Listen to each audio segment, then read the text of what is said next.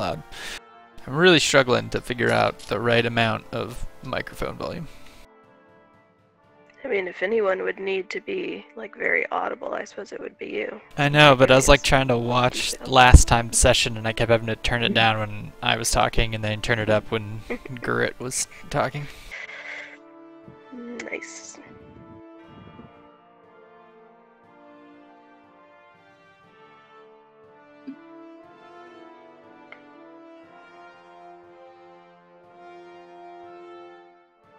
Okay, I guess I'll throw you on the actual scene you're on, huh?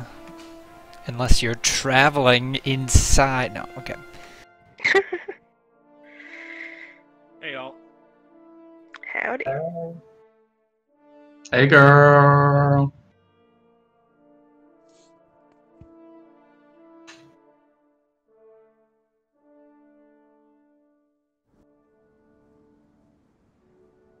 Turder. Oh boy. So nervous for this. So, tell me about this scene, John. Did you place all this food on this table? Hell no. Like everything you find nowadays, some brilliant fucking artist threw this shit together and then I just used it. It's pretty dope. I know. There's like a little pastry cart. Yeah. Or at least that's what you think it is. Damn. Fucking mimic. Damn. Damn it. How do you know? The whole house is a mimic. We done fucked up. Wait, was that Tim talking? Is he quiet as fuck? Am I? Am I quiet as fuck? You're quiet as fuck. I can hear him fine. I turned you up. It's very quiet for me. I'll get it in a minute. Yeah. Thanks. Better now? Yeah, super quiet for me. Super quiet.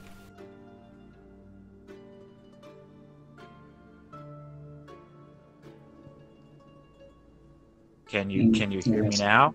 You sound better, yeah? Yeah, that's better. Thanks.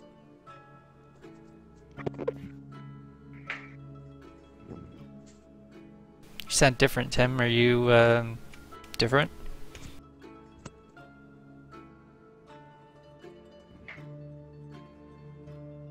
It's a loaded question. Are we ever the same? Yeah, that's the real question.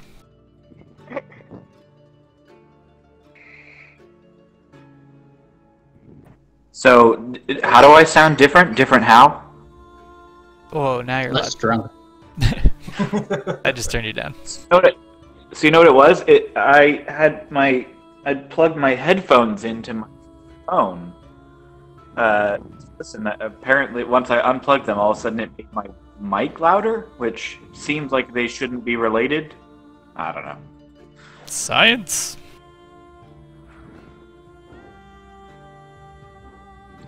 Okay. So here, real quick, a question for someone has somewhat boomer propensities towards technology.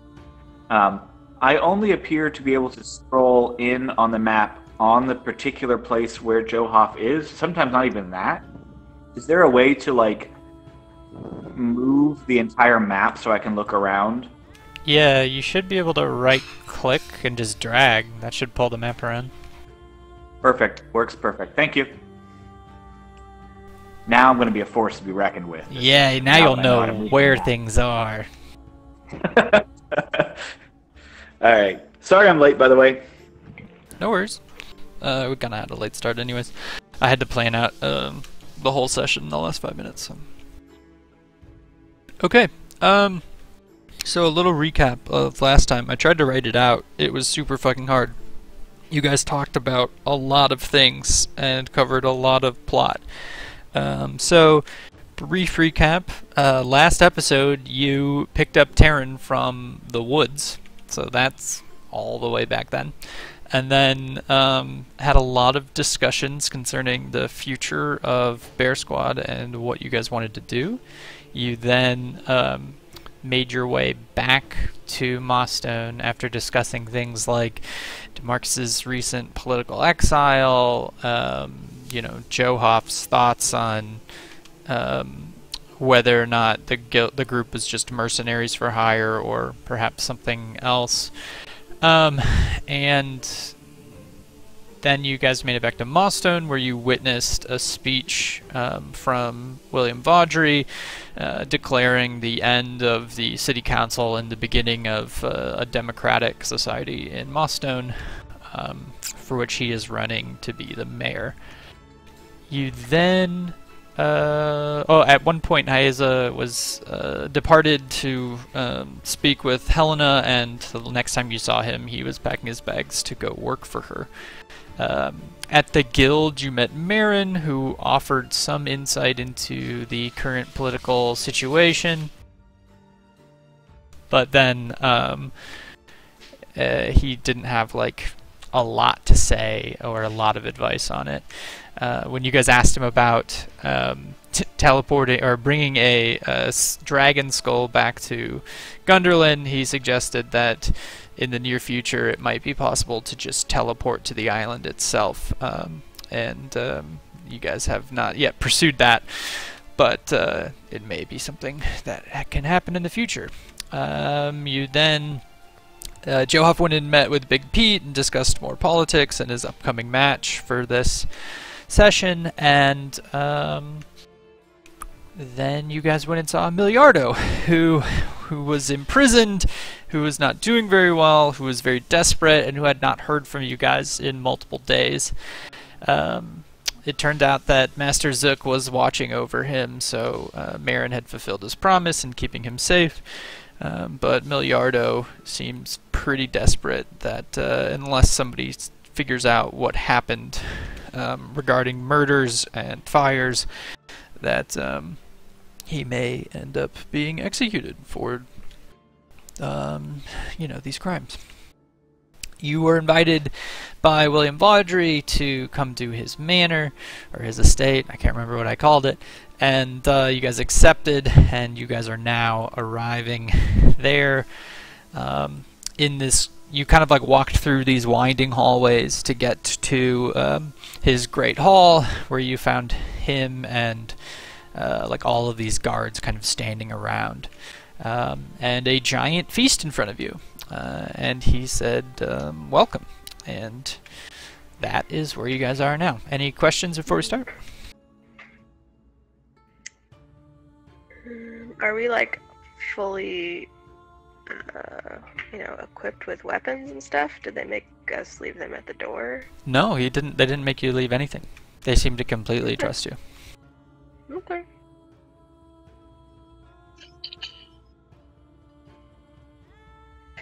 He sees you hesitantly at the door and says, come in, take a seat.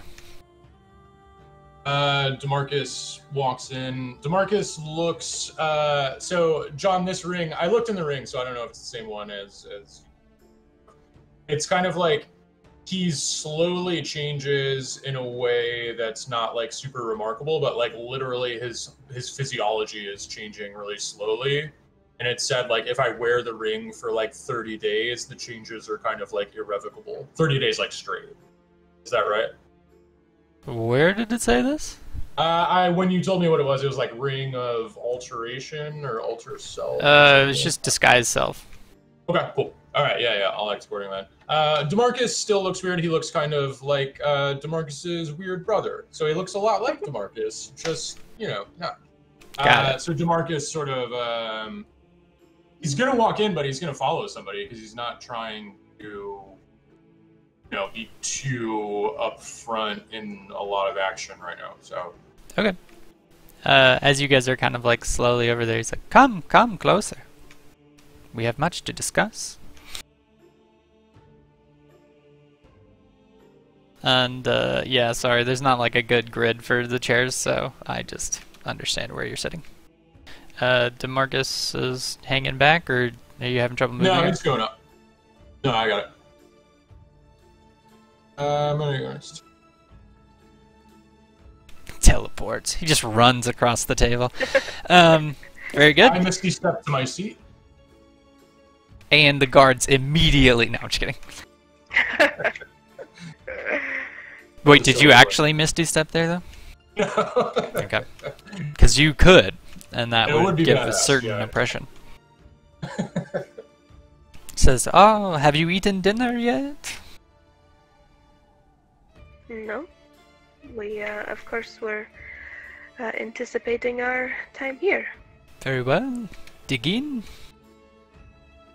And he there's already a bunch of food on the table, but he snaps his fingers, and this kind of gruff-looking guy comes and puts even more food in front of your plates. He just kind of comes next to each of you and puts more sides and even puts some dessert down. Nice. What's the root vegetable situation? Carrots. Rosner eats They're cooked though. mildly content.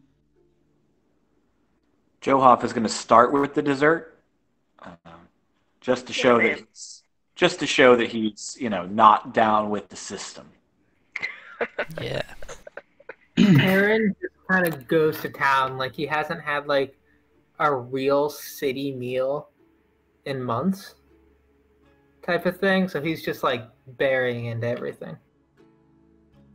Out of deep social conditioning from his childhood, DeMarcus is eating exactly like a noble would, abiding by all the rules of etiquette. Fair enough. What's Damon doing? Damon is trying to come up with a way that he can appear to be eating while not having a functioning mouth or digestive system. Sweet. So I don't know. He's trying to just shuffle the food around on his plate and I don't know, make some disappear in some manner, or put it back onto the center plates when no one's looking. Okay. No. Rosner is aggressively stealing all of the fruit that he can. Just stealing it? While everyone Pocketing is it? starting... Oh, yeah. Not pocketing it, but taking it from the table and eating it. Okay. You're hoarding it. Got it. Hoarding it. Is yeah. there wine or something like that? Oh, on yeah. the table? Yeah. Simon is the caretaker guy, and he's pouring big glasses of wine for everybody. I'll just kind of lift mine towards William and just say, to your hospitality, thank you, and take a sip of it. Oh, you're so kind. Joab looks at his wine and then looks at the guy who served it and goes, "Oi, you don't go too far away with that." He just looks like a... As everyone seems to be drawing attention to themselves, DeMarcus is going to use his divine sense. Until the end of my next turn, I know the location of any celestial, fiend, or undead within 60 feet that's not behind total cover. I also sense the presence of any place or object that's been consecrated or desecrated. You do not sense anything. Okay. Marcus keeps eating. I'm not really eating, I'm just kind of sipping the wine and trying to make conversation with Baudry. He says, Isolde, you must introduce me to your new members. I have only met 3 of you. And he points to Vosner and Terran. For some, brief narrative stuff, you guys did work for a Vaudry event at one point a long time ago. But it was as a protection detail, and it was off camera, so to speak, and you guys didn't do anything really, you didn't interact with him much except for him being introduced to you and saying hello and then walking away and doing his own shit. Cool. But you've never been in this room.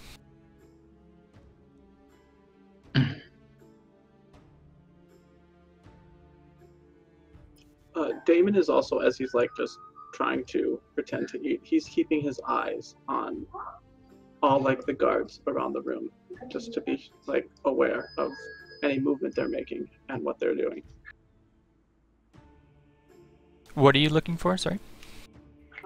I'm just being aware of any movements they make, what they're doing, just so that if they were to start to move or draw weapons or anything, Yeah.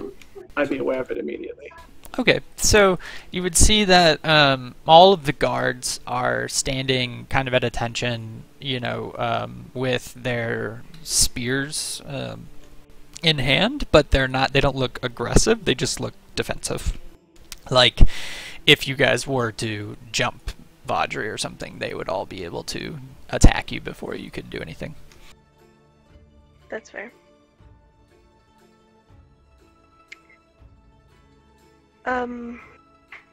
Well, of course you know Vosner and Terran, and I'll gesture across the table to Johaf. This is Johaf. He joined us recently. He's a local. And Damon. And what do you look like, Damon? I think the latest form I took was just like nondescript, slightly roughed up, brunette, dude, brown hair, brown eyes, 6 feet tall, and so like I would still probably have my hood pulled part way up, which I guess might be rude. Yeah, no, I was gonna say in a something situation like this, but that's where I'm at.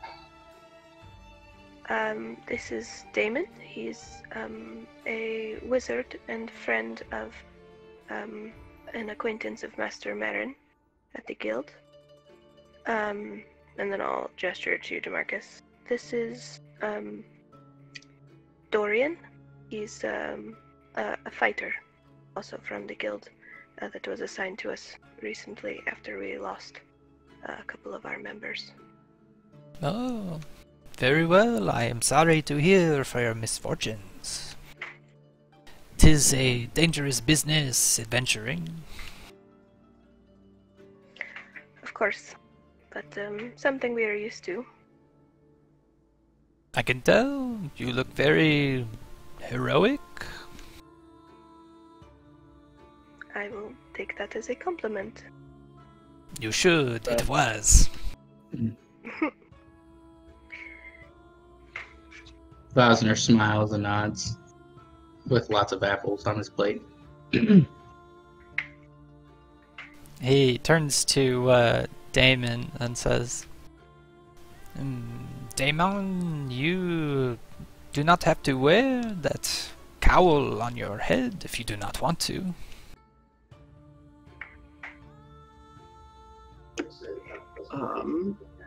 Damon comes up with a lie like, I am recovering from a pretty disgusting skin rash and I'm more comfortable with the hood up.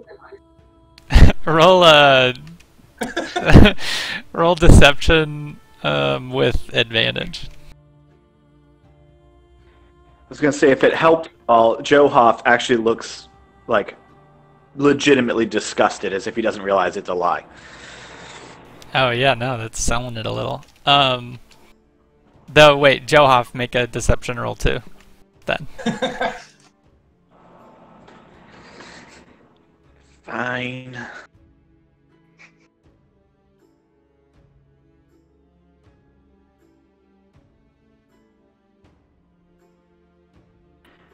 Straight or with advantage? Straight roll. Woof. Yes. Alright, so... He oversells it a little bit, maybe. When the DM sounds like he wants to almost throw up, you know it was a bad roll. No, it's fine. So he says, oh, my apologies. You may keep your cowl up in my house. No worries. And he turns to DeMarcus. Says, a fighter. Those are always good to have by your side. Dorian, is it?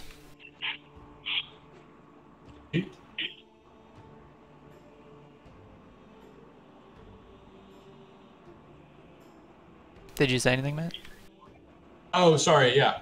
DeMarcus just agrees. He says, indeed, fighters are always good to have at your side. I'm new at Mossstone, so I'm afraid I don't know very much about how the families and the politics work here, but nonetheless, I thank you for inviting me to this fine dinner. Oh, any member of Bear Squad is welcome in my home. And he Can I insight check him? He's Yeah. met us like once. Yeah, insight.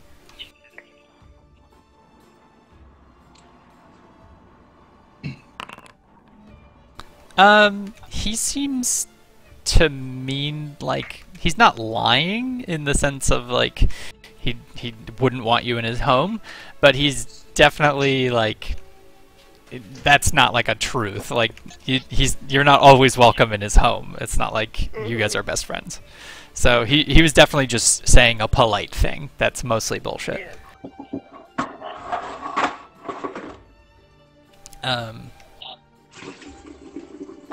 So you guys just keep eating then? He turns to, at one point he turns to Damon and says, "Do you not like the food? I can have Simon bring you something else." It smells quite delicious, but I am also suffering from a stomach ache going along with the skin rash. It is quite insidious, but I appreciate your hospitality. Oh, say no more. I apologize again for asking. Well, I would say like Damon at this moment realizes like these are somewhat egregious lies, given that he's apparently very disgustingly sick, but was still welcome at dinner. So can I make some kind of check to see if like he's actually buying any of this, or if he's just yeah, playing you along? can roll insight to see if he believes you. From what you can tell, he either believes you or he's hiding it really well that he doesn't believe you. He appears to be the kind of person that has spent a lot of time in politics or around politicians and is able to at least say things, politeness things. Anyways, so. So I at least know he's either telling the truth or he's an extremely good liar. Correct, yeah. Interesting.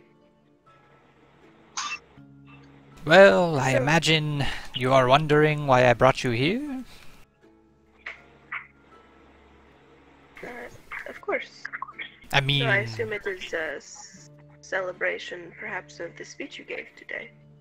oh, well, I mean, I was not planning to toot my own horn, but yes, slightly for that. I am running for mayor, and now it will be, I will have to have many of these dinners. But no, I invited you here to discuss your engagement with the Leventhorpe investigation.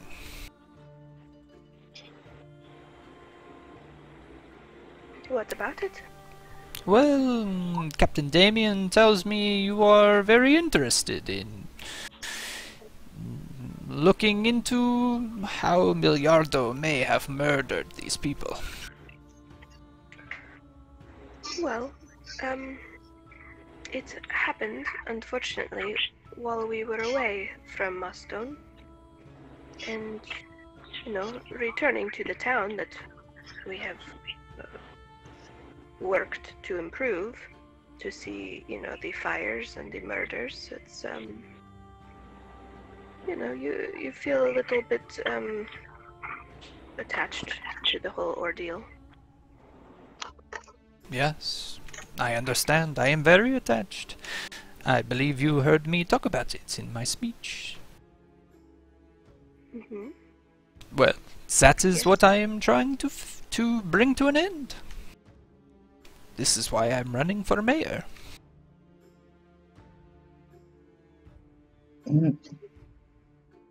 You are trying to bring the business of the Leventhorpes and the Lockwaters to an end? Is that what you're saying? Yes, I am trying to bring peace to the city. I am trying to end the bloodshed and the trade disputes and the corruption. Can I Insight check check. that? Yeah, you can both insight check it.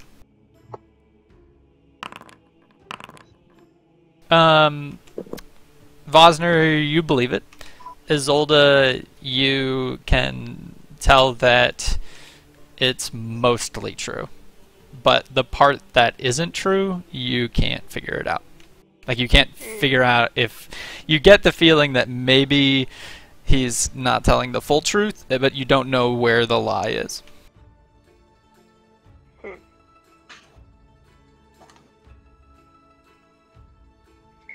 is certainly a noble pursuit to end corruption and bring peace to a city. Yes, this is why I bring you here. I wonder, exactly where does Bear Squad stand in relation to corruption in the city?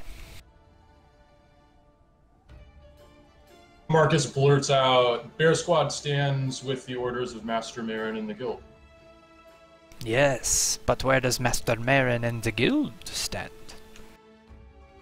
It's not generally, as I understand it, up to the squads themselves to make those decisions. Yes, you must pursue a contract, right? Whatever's on the job board. Indeed, for the most part, but we don't always do what's on the job board. Sometimes there are more direct missions that squads take up. Like your work for the Levendorms? I believe that Isolde would be able to answer this better, but from what I understand, most of the jobs that we've done for the Leventhorpes have been under a contract. Yes. Of course, of course. But they have not necessarily been through the guild, but done afterwards, correct?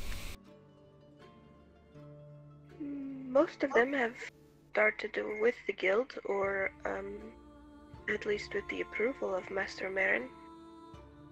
We are not operating independently of the guild. We are loyal to the guild. Of course, of course. I did not mean to insist otherwise. I think at some point or another we have done work for every noble family of Mostone.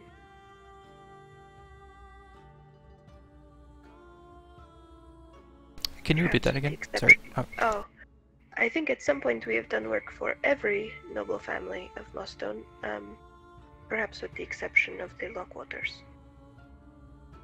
Yes, that does sound right to me. You have done a number of things for me.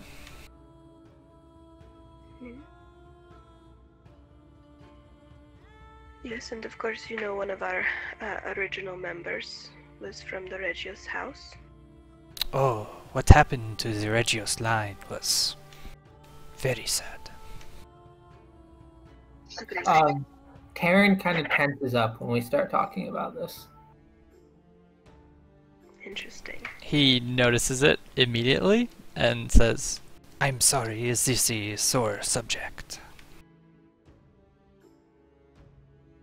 Rather than make Taryn answer, DeMarcus puts his hand on Taryn's shoulder because he's sitting next to him and looks at Vaudry and just says, it is. We have lost too many people and the scars run quite deep. I apologize for my friend. Dorian, as a rather new addition to this group, you seem to have already taken on many of its burdens. Indeed, it's difficult not to, even if you've only gone on a few missions with the group, but so far we've ourselves had many powerful moments together, and I myself am no stranger to fighting and losing people, and victories and defeats. So every time something like this comes up, even if I wasn't there at the time, it reminds me of many similar times that I've experienced such pain. Oh, you can empathize with them because you too are a fighter. Yes, sir.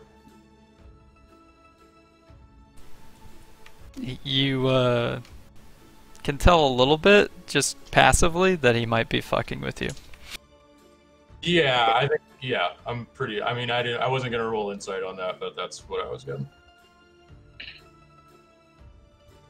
Can I do just after he's like done talking to me directly and paying attention to me?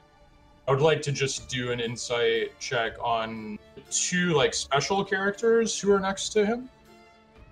Okay, so Simon and then the guy in the plate armor? Yeah, especially the plate armor guy. Yeah, you can do an insight into the plate armor guy.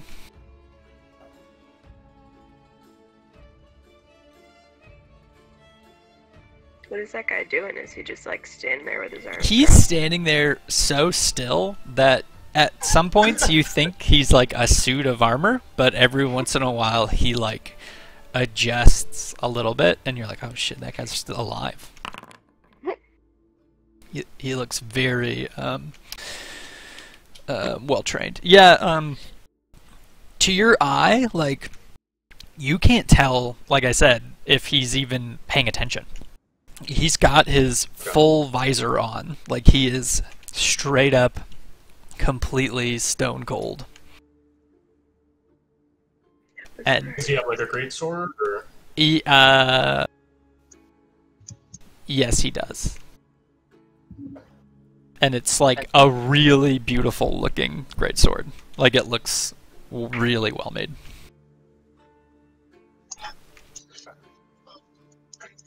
Vaudry sees you looking at him, and he says, I am sorry, I should have introduced, but I believe you already know Sir Faust. Is this correct? I'm sorry, what was the name, John? I missed the last word. It's Sir Derek Faust.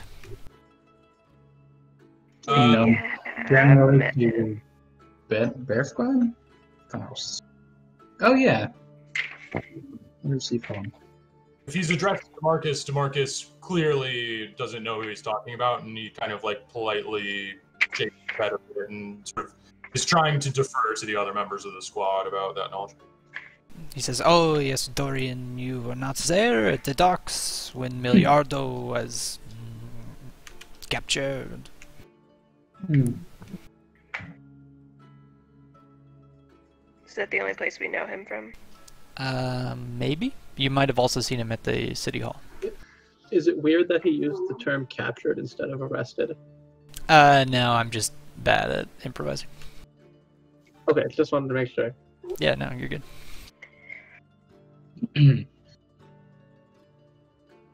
So, are your questions answered then about where our loyalties lie? It appears that your loyalties are wherever the job board takes you. To an extent, I think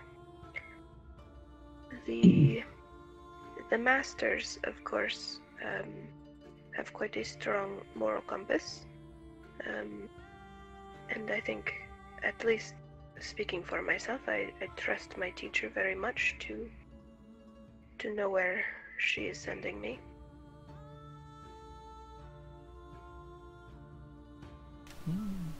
Very well. Well, the question I have is, if your loyalty is to the guild and to the job board, then why do you run about town for Miliardo?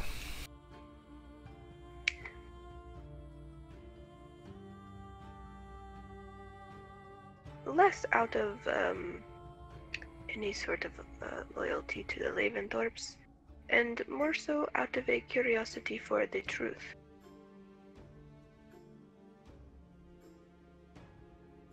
And what is the truth? I do not know yet.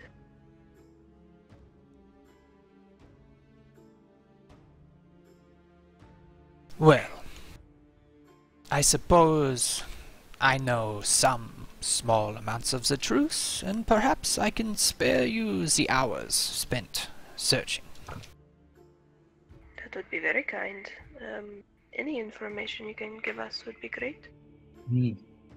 But I can only assume that this information does not come free. Oh, well, free, I mean, it is a gift. So, yes, it is free. No.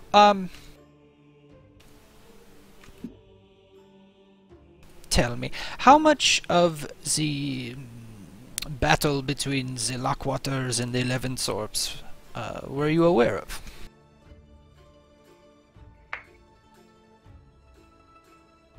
Only the parts to which we were assigned, investigating the Lockwaters for trying to sabotage or pin certain things on the Leventhorpes. So I know that the animosity there is historic and deep. And of the Leventhorpes against the Lockwaters? Do you know anything of these crimes? Not specifically. Yes. You work hard to free a man who may not be innocent of many crimes.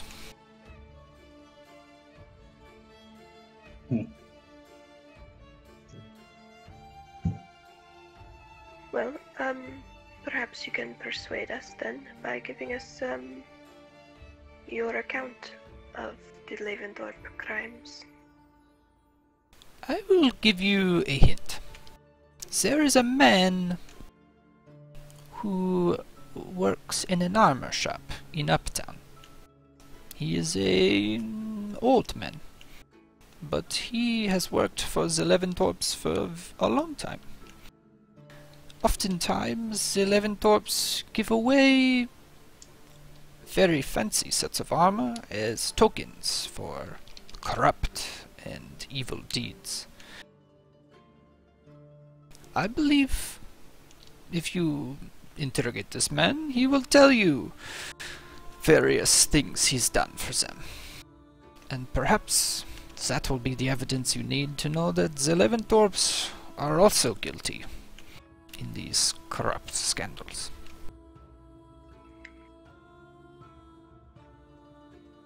Isolde tries very hard to control her face, but something very important has just occurred to her. I don't know if that would be like a deception check. Yeah, roll deception.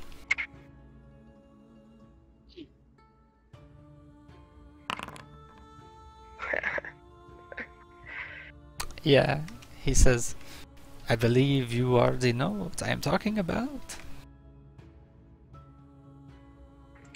I have a hint. Yes, well, your intuition is accurate.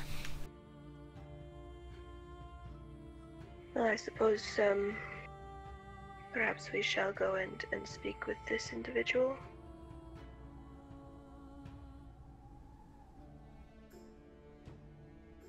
And your stake in having Miliardo killed for his crimes, is it just to clear the council of a few more powerful players?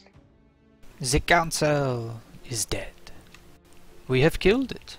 With Miliardo in chains and the Lockwaters gone, or dead, for whatever Miliardo did to them, it was very easy to call a vote and end the entire charade.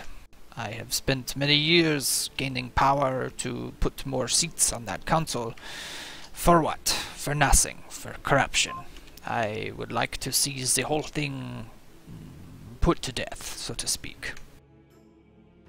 As for Miliardo and the Lockwaters, perhaps they are all getting the same treatment. And tell me, what do you think Miliardo's motive would be for killing his father? His father was a difficult man. A man who perhaps would not let him make choices he wanted to make. Miliardo would never be in power so long as his father is alive. It is a natural thing, I believe, for young upstarts to kill their parents to gain their power. It is a tale as old as time. As for me, I have no heir, and hence no problem. I suppose. If I remember incorrectly, out of game, if he lost, or members of his family were killed, like his brothers or something, or they're missing. You found a cousin of his who was involved in the cult. Vosner would say, well, is there anything that we should be wary of the House of Audrey in any sense? Are you asking me if I am corrupt, like the 11 Orbs or the Lockwaters? I mean, your family is much bigger than just you. Not very much bigger. In fact, I believe you have killed one of the members of my family. And then he, can tell that that's sort of an awkward thing to say, and he says, "No worry, he was a corrupt individual, caught up in the cults that run rampant in the city."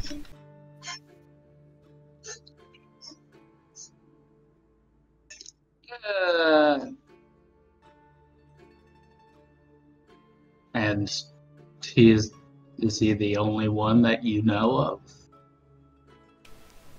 There are not many other Vaudrys in the city. In fact, I did not know him very well.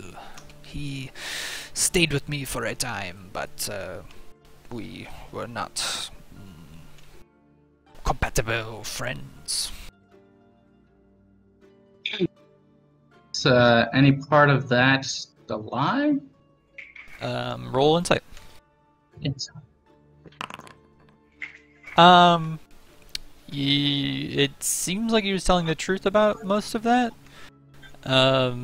but it's not entirely clear if, there's some hole in that story.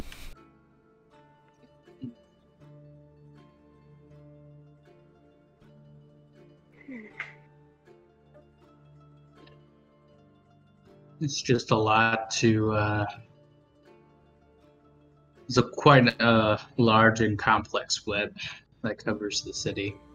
So I'm just making sure that we cover all of our bases. That does make sense to me.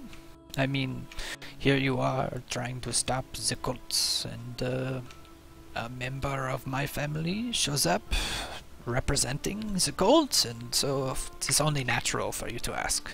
I am not offended. Well, no, it's still suspicious, but not nonetheless. He smiles at you. He looks at Johoff and says, "And you, with the tattoos and very nice shirt. You have been so quiet." Oh, you noticed the shot, did you? Thank you for that very much. Well, I am satisfied that, how amazing is it that somehow, out of everybody here in Moston, turns out we are sitting at the table of the one non-corrupt person in this town. That's really remarkable. Well, I am sitting at a table full of non-corrupt adventurers. This is also a miracle. Yeah, well, I ain't necessarily part of Bear Squad, just kind of consultant, as it were, so don't put that label on me, if you don't mind. My apologies, I was not aware that the Bear Squad hired consultants. Really? You seem aware of so much. That really is strange to me. Well, it is important to know who is in your city and who is not. That it is. That it is. DeMarcus kind of interjects. He's been sitting in the background, having a. If they checked, they would tell that he was having trouble like keeping quiet. I mean, deep down, DeMarcus is like not in a situation like DeMarcus has eaten in places like this with people like these before, and like frankly, like deep down, he kind of feels like he's slightly above Vaudry. So DeMarcus kind of interjects, seeing that Joe Hoff is probably about to flip this entire table over. And he says, yes, and on that point, Lord Vaudry, there are people in this town, and if it's quite important to know the people in the town, then surely who the members of the cult are and determining their identities is of the utmost importance to you, especially since one was so close to you. And that seems like a blemish upon your household, so I'm sure that you've looked into it. Just to clarify one point, not sure if we're here so that you can ask us to not intervene in the Laventhorpe investigation, or if you want us to do something a bit more positive, but I take our primary concern and our primary reason for dealing with Miliardo Laventhorpe to be determining the identity of the cult members, because there are rumors that the cult was somehow bound up in these states of affairs. So I'd be interested to know what you think about the cult of Styric, and if you have any kinds of theories or hypotheses about who they are and what they're doing in the city and what they want. Wow. That is a lot of speaking for a fighter who has recently joined the ranks. I also like reading very much. You have found many books about the cults of the sewer in the library. Indeed, this is also why we are working with our consultant here, Mr. Joe Hoff. Oh, Mr. Joe Hoff is a expert on cult matters. Not the cult so much, but the sewers where they were residing for some time. Very well, yes, I will tell you. I am aware that the cultists are currently in the sewers, that they are working with the Crimson Rats. Hey, Tim, you're giving echo, dude. Perfect, thanks. He says, I know that they have some sort of deal with the many criminal syndicates that run the city, and I know that they are causing problems, burning things down. As for my involvement, there is none. I am removed from such situations, as I am not involved in any sort of criminal organization. Unlike your Miliardo, who seems to regularly work with the Silver Crabs, and I believe the Crimson Rats as well, to further his power in the city. Forgive me, Lord Vaudry, but what would you imagine they are after in the sewers? That I do not know. Cultists act in cultist ways, I suppose. Some sort of god or, I don't know, demon or something. Whatever they are after, they probably believe it's somewhere down there. As for the veracity of that, who knows? They're probably just crazy people doing crazy things.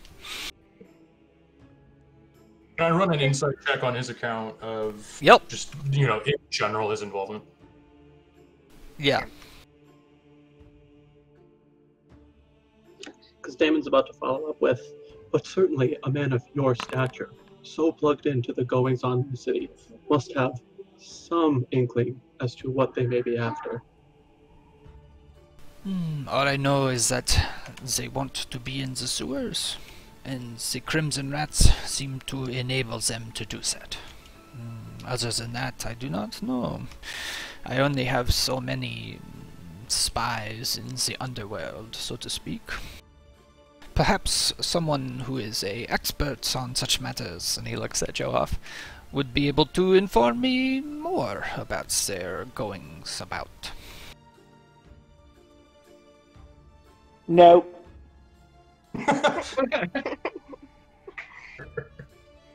Very well. Demarcus asks, clearly my insight check didn't yield any. No. So Demarcus asks, so it's your position that the cult of Cyric is only involved with the criminal underworld of Mossstone and none of the nobility? Oh, well... That I do not know. The Lockwaters may be involved. Miliardo appears to have some sort of tie. The evidence points in that direction.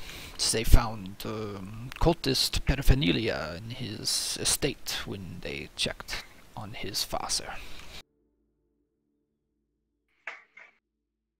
Demarcus is, content with that. Demarcus just doesn't think that he's going to be able to detect if he's lying or not, so he's just seen whatever he does. He says, I assume you already knew that, right? That Miliardo's home had cult paraphernalia in it?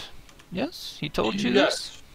Yes, we knew that, and that's why I was asking, because I just wanted clarity because you had made it seem like the cult was only involved with the criminal underbelly of the city, when it does seem that there is some connection to nobility in some sense, and Miliardo perhaps, his father, and even of Audrey. So I just wanted to be clear about what we knew. Of course. But you did ask what they were doing in the sewers, and I told you that I did not know. As for what they're doing with various noble houses, I'm sure it is particular to the individuals and or houses themselves. As for my house, it was particular to a cousin who made poor choices.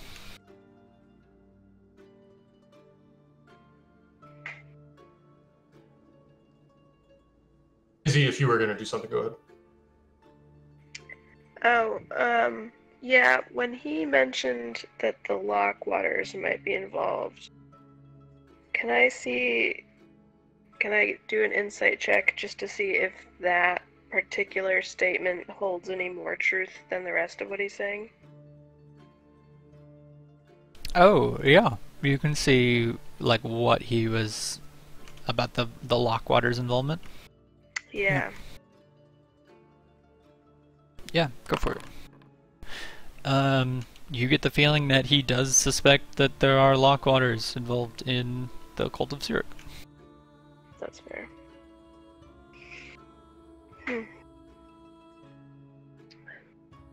Well, I appreciate the information.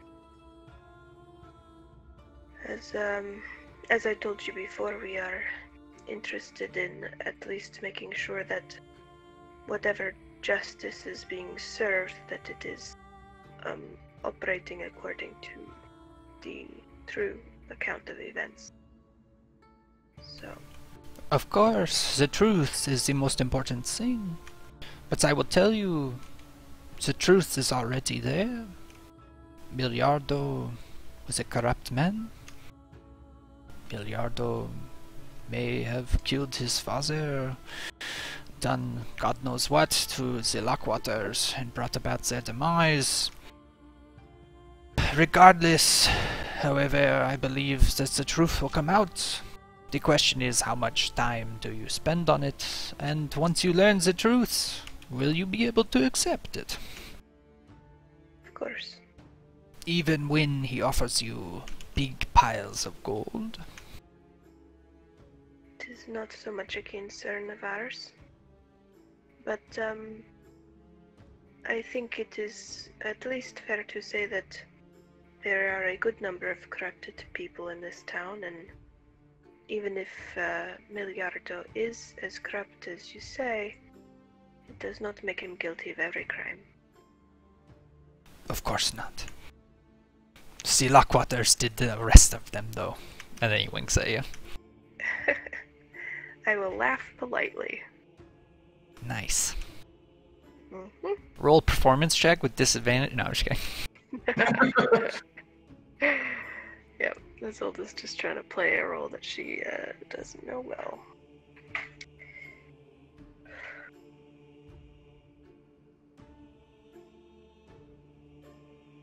If there's a lull in the conversation, DeMarcus will ask, kind of like trying to emphasize the point he made earlier about our main priority having to do with the cult rather than Miliardo per se. So DeMarcus is going to ask, in terms of where we go from this, our main concern, as Isolde was saying, isn't so much with the fate of Miliardo, but it's with justice. And to be frank, I don't know if I speak for everyone here, but my concern is certainly with the cult of Cyric above and beyond the criminal code of Mossstone.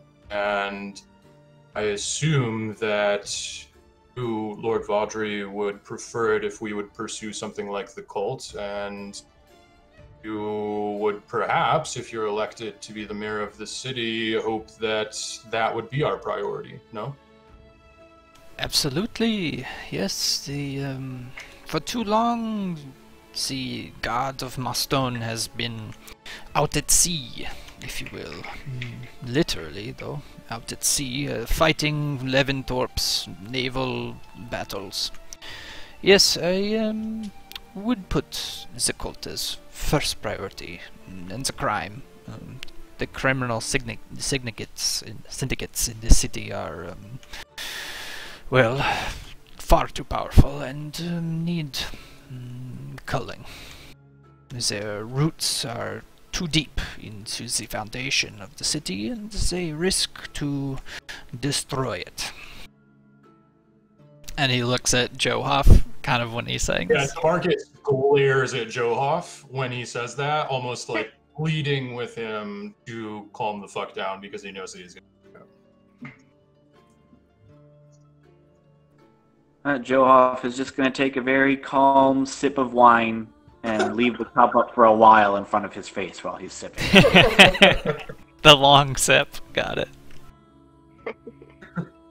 Says, but we will be looking for people to lead the initiative. I am sure the guild will be interested in the contracts, assuming they are not too busy with their own investigations.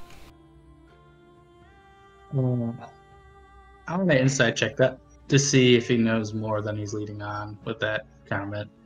Regarding what? Like, him knowing shit that's happening at the guild? Yeah, if he knows anything more about the guild. It doesn't... He doesn't betray that he knows any more than just that the guild does its own shit sometimes. He says, perhaps you, Dorian, you could head up the investigation for me. into the cult, you mean? Yes, you seem very interested. Yes, I'd be honored to head up such an important investigation. But I think from here we have two interconnected priorities. One is discerning the truth about Miliardo, as you've asked us to do, and the second is to discern the truth about the cult, which may not be part of the same process if what you say is true. So I suppose I should ask you if you would be satisfied with us pursuing that course of action? Oh, well, you are not working for me, so, I mean, do as you will. I am just interested in where your allegiances lie, if they lie in coin, or if they rely in, you know, the benefiting of the city, the good of Mossstone. That is what I care about. I worry that, you know, people's lust for coin will end up causing more harm. Does that make sense? Marcus quite sincerely says, then we are in total agreement with regard to that. And he sort of like drinks to it and looks at Vaudry that way. Dorian, in a democratic Mossstone, What kind of society would you like to see here? In a democracy, the society would reflect whatever the common good of the people is. Yes. But what is the common good of Wouldn't the be for people? me to say, as an average citizen say. I'm not even, say, a citizen of Mossstone, so I don't know if it's my place to articulate that. And where are you a citizen of? Armor? Ooh. Very interesting. Would your new democracy include more of the druids? They seem to be conveniently separate from a lot of things. Yes, the wall that was built 10 years ago. That puts the druids outside. Perhaps we could tear it down. Bring the druids back into the city. Is that something you would like to see, Vosner? I don't know if it's the priority of the city, or if that is what's important to those who live here. I think it's, of course, I'm not from this land, so my priority, I guess, is a little bit more distant than the political ins and outs of things. Maybe it's just my disposition, but I feel that there needs to be more of a balance. Feels like things are getting skewed tighter and tighter.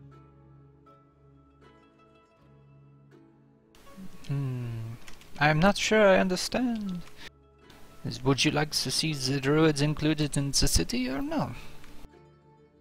I think it's important. The wall needs to come down, I feel. Okay. But that's just one step. And what would be another step?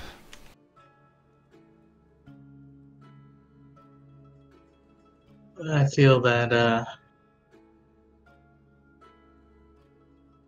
you have to find a balance between progress and nature. I think they both need to be upheld. One can't be forgotten. Otherwise, it'll cause more problems that will only get worse later on. He kind of nods at you, but he's not entirely sure what you mean in terms of progress and the nature stuff. He says, very well, I will take that into consideration.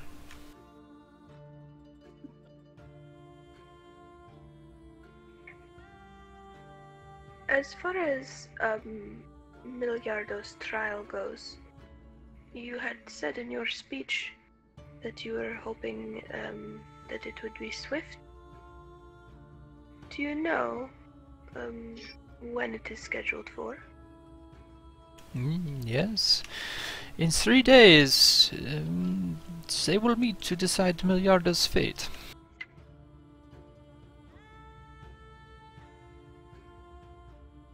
Well, I suppose then,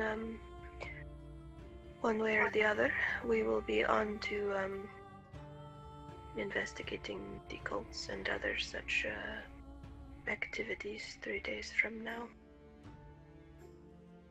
Yes. Well, And when you say they, you mean the town's guard, or?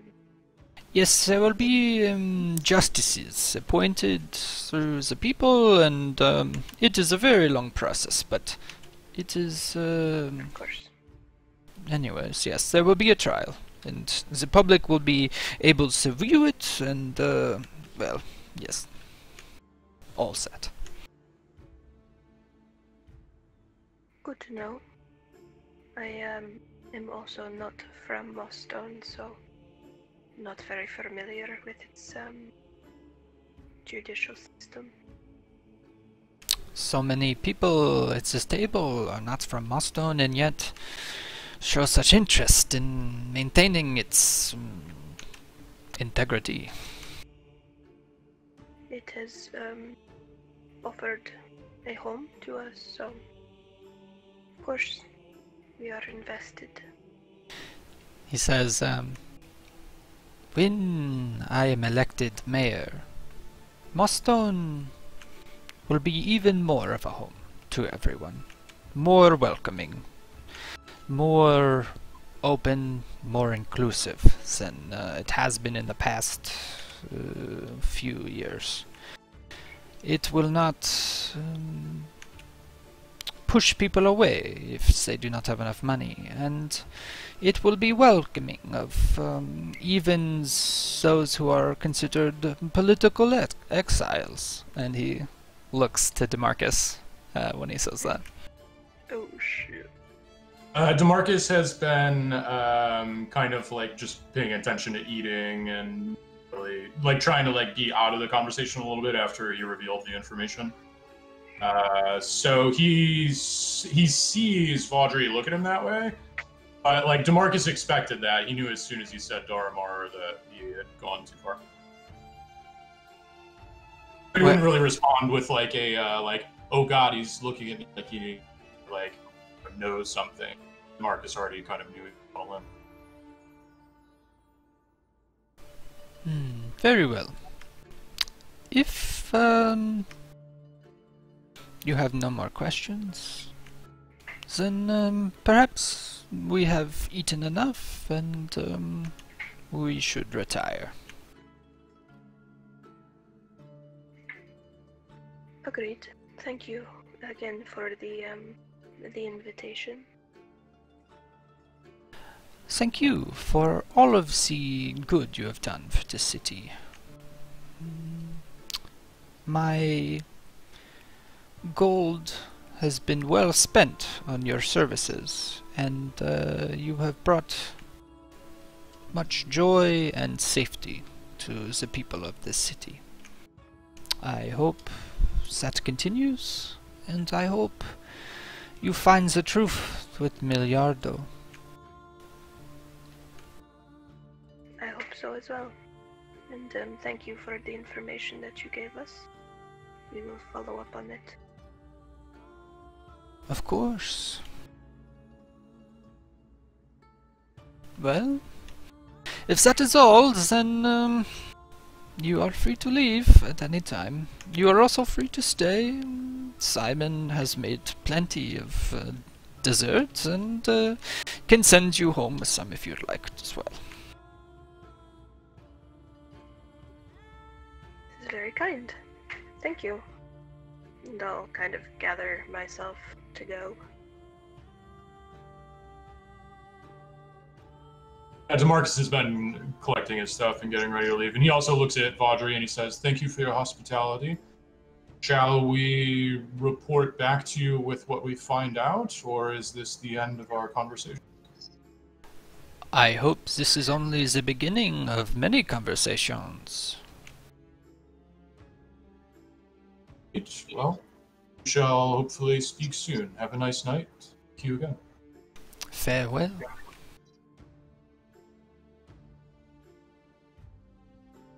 Alright, and are you guys all leaving, or you guys want to do anything before you leave? Raven's gonna take dessert to go, just to keep the illusion going that he wasn't eating because he was sick. As you're like asking for it, he says, "I hope you feel better in the future." You are most kind, Lord Baudry. He smiles. As Johoff turns to go, he's gonna say, "Oh yeah, I really do look forward to this brave new world in which we have a democratic government, and in which, people no longer live in squalor while those uppity lords live in giant manor halls with tables full of food. Present company excluded, of course." And then he turns and walks out. He just smiles. Polita smiles. Yep.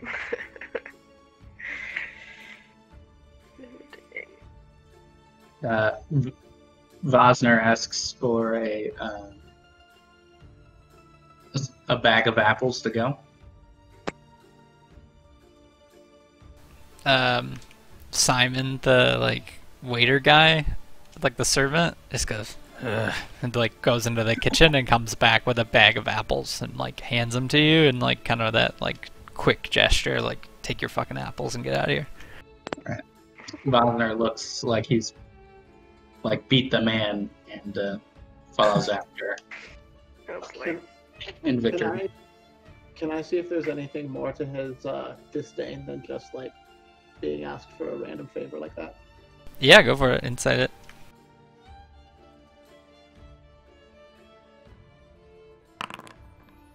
All you can tell is he's a grumpy grump. Right on. Okay. Where do you guys go so I can throw you on that screen? Well, I would imagine we would duck outside to. It is late. around- You guys did do a whole bunch of shit today. Oh, true. Let's just go to the barracks then. Okay.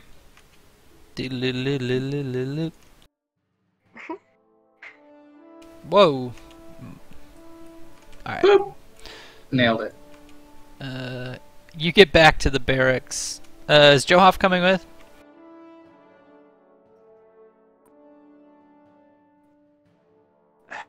Yeah, sorry, my push to talk button's being weird. Yeah, he'll come with, I think, for at least a little bit to kind of discuss what happened before going back to his own quarters. Sure. Yeah, so you all come down and you find Missile is like still sleeping super hard on the bed, and it kind of looks like he was like it kind of looks like he's sleeping the exact same way you left him, which was like 6 hours ago or something like that. But you also notice that like he's done a shit ton of like blueprints and writing and stuff. He's like taken over that whole desk in the corner with all of his like experiment shit, and like his spider is just like casually walking around on the table while he's just like zonked out on the bed. Oh boy. What Well, is he drawing? Would Vosner have any idea? It's a bunch of like, yeah, I guess make an Arcana check. Great. Uh-huh.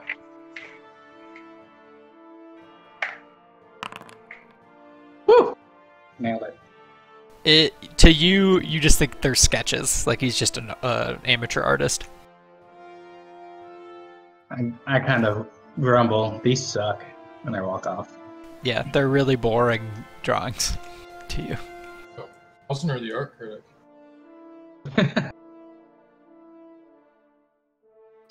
Hearing Vosner, watching Vosner look at them and then just say these suck and walk off. Damon's gonna walk over and see. Yeah, make an what they Arcana check. Just because from what he knows of Missile, he doesn't think they would suck. You can tell that they're like blueprints for modifying your armor. So they're kind of like half sketches of you, but they're like kind of lazily done, so they're very stick figure-y, you know, because he doesn't need to like draw you in detail. But Vosner was like literally just insulting drawings of you. Yeah, I look a little surprised, and then I turn to him and say, Vosner, I am offended. The drawings could have used a little bit more depth. They don't capture you. Ah, you meant aesthetically they suck. I disagree, but there you have it. Vosner takes out a couple apples and calls Paco over. We have ourselves a little dessert. Nice. And I say to the rest of the group, so does it seem like this investigation is getting a little bit more like a wild goose chase?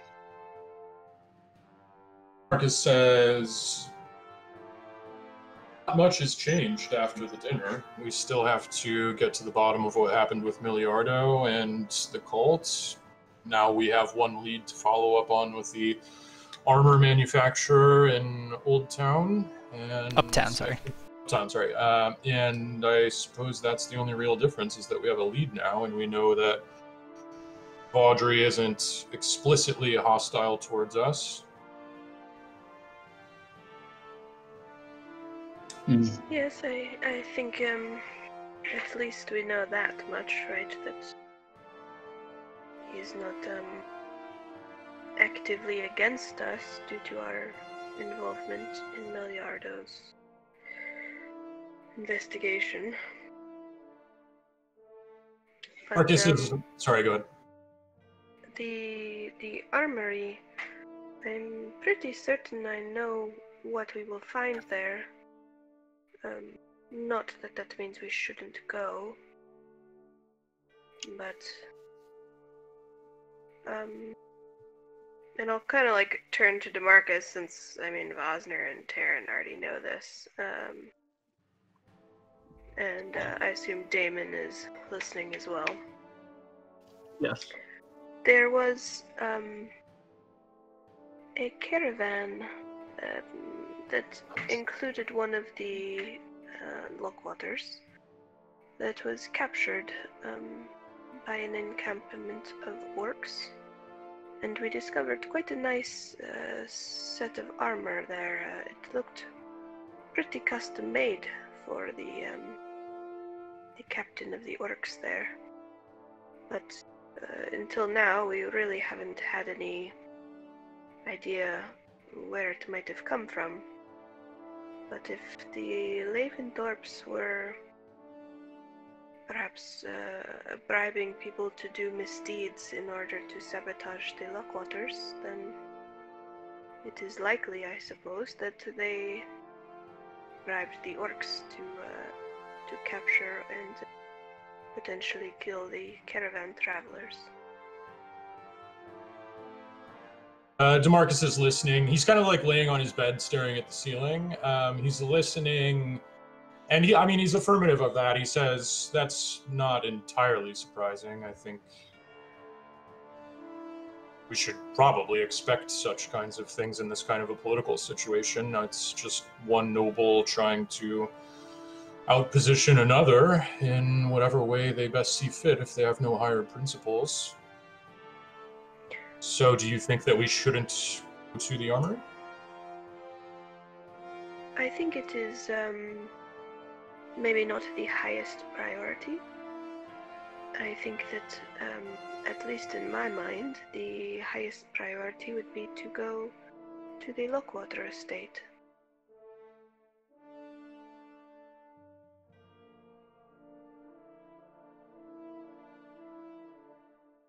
We have a good idea about what's going on with the armory. Oh, I'm not entirely sure, but it is something we can look into if we have time. But 3 days is not that much time, and I know we have other things to attend to tomorrow specifically. I'll kind of look over at Johoff. DeMarcus actually doesn't know what you're talking about with tomorrow. He has not. He actually hasn't been in any discussion or been around a discussion about Johoff's fighting in the pit. So DeMarcus kind of like looks up and he says, "What's happening tomorrow?" Oh, a fight. Johoff is going to be in a fight. Or at the Leewind, right? The blood pit? Yeah, the blood pit Yeah, in the Brackish Inn. Yep. that's right. Marcus kind of puts it together because he was there when Leeward fucked that thing up, and that made us get in the fight in the first place. Because this is a consequence of us getting out of the sewers when we assaulted the Crimson Rats, right? Yeah. Mm-hmm. It was Leeward's mistake. So DeMarcus kind of like infers that and puts it together, and You can tell it hadn't occurred to him that Leeward had this kind of like outstanding debt. And so he looks to Joe Hoff and he says, "Are you doing this in Leeward's place?" Well, technically speaking, Leeward was going to do it in my place.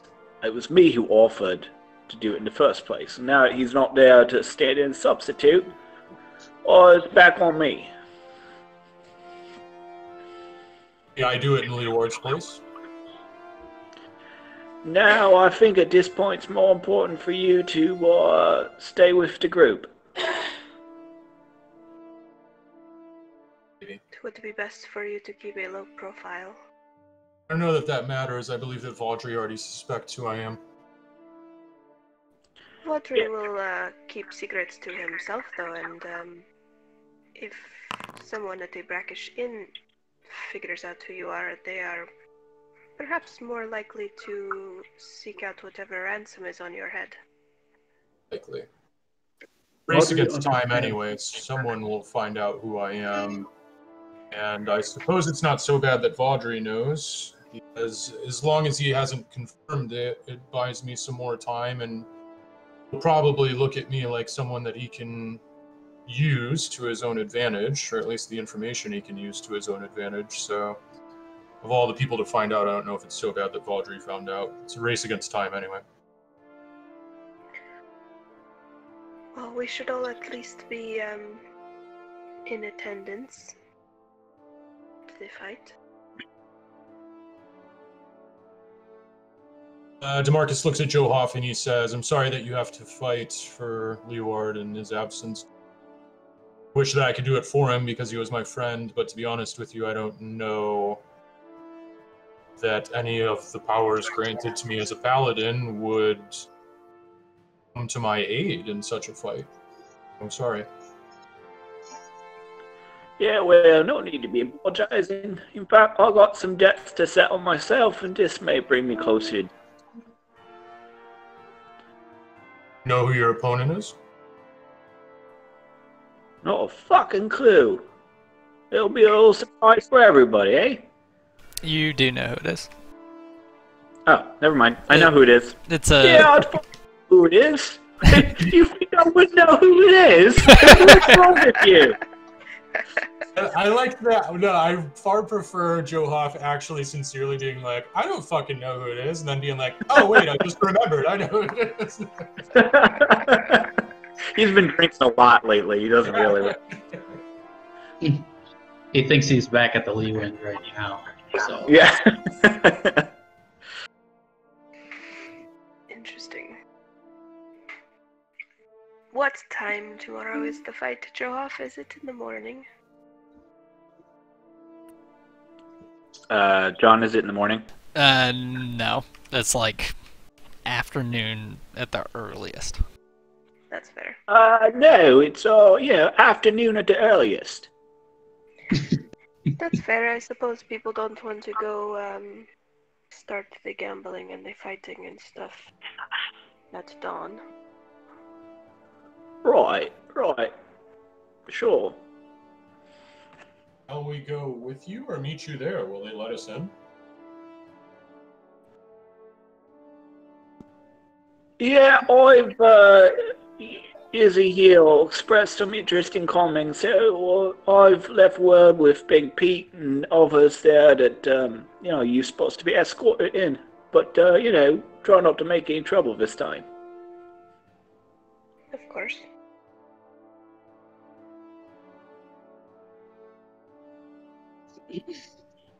And, look, right, so a couple things, because I don't know how tomorrow's going to go.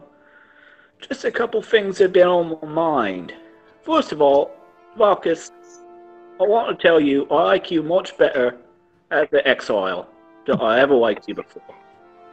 Marcus kind of like joyfully smiles about that.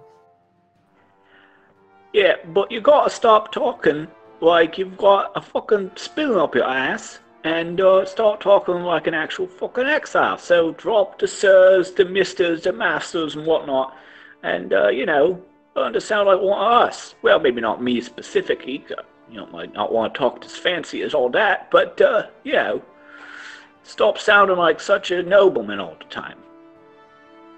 And if you Maybe decide... difficult, Johop, but I understand.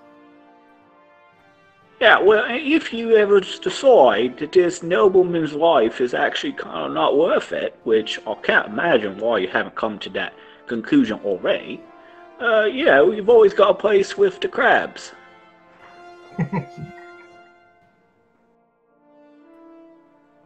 For the rest- Demarcus like almost doesn't know what to say, and you can definitely tell that. Never quite occurred to him before. He's never imagined that.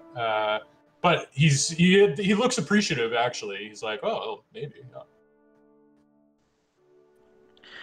And look, if things don't go well tomorrow, if I'm not here to just keep reminding you of this, just bear in mind, if you're looking for the good guy in this whole investigation of the nobleman, you're not going to find it. Stop looking for the fucking good guy and just recognize they're all evil fucks. Alright? Vander nods in heavy agreement. At that, Taryn kind of sits up in his bed where he had been lying and looks around and asks, with that said, is it better to have Miliardo free regardless as another powerful person to check the Vaudries? Yeah, well...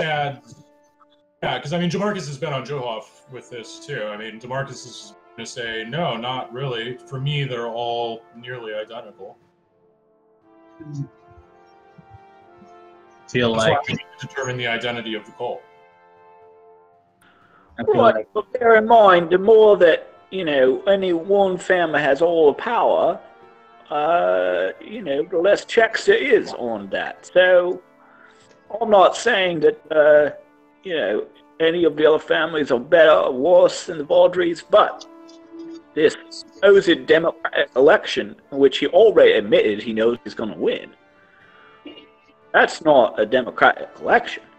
He's becoming the king of Mossstone. Mm. Unless one of you guys wants to run against him. Oh no. Taryn considers it. Vassar says, well, it just seems we can't lose sight of the bigger picture. The cults and whatever the hell is under the guild. Doesn't matter who's going to win an election or not if the whole world cracks open and swallows us all. So there's that. And he takes a bite of an apple. Taryn been brought up to speed on what's going on underneath the guild? Yeah, absolutely not. Nope. So he looks around very confused. Yeah, Joe too, actually. He hasn't heard what's going on underneath the guild either. Neither has Demarcus or, well, Damon was there. No, I was here. That was right before I left to Dharma. Oh, right. Yeah. But only slightly.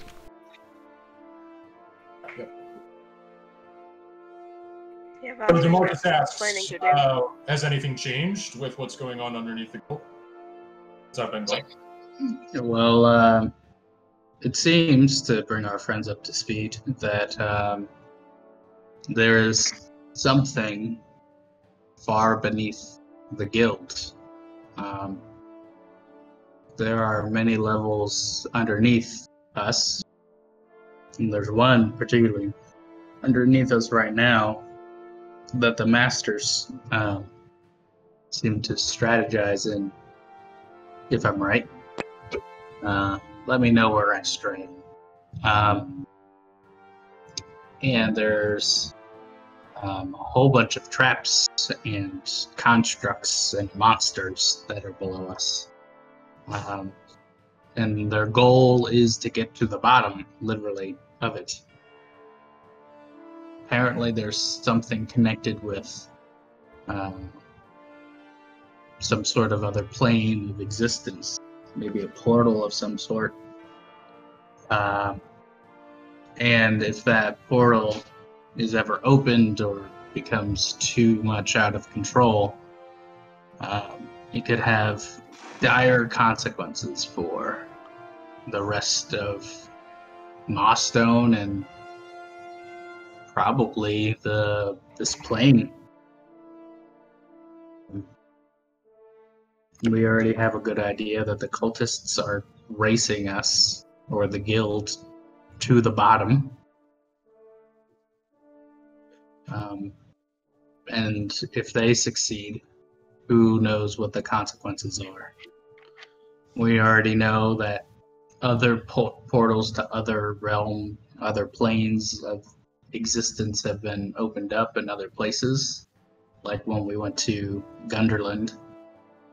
And that island, there was a doorway to the fire plane.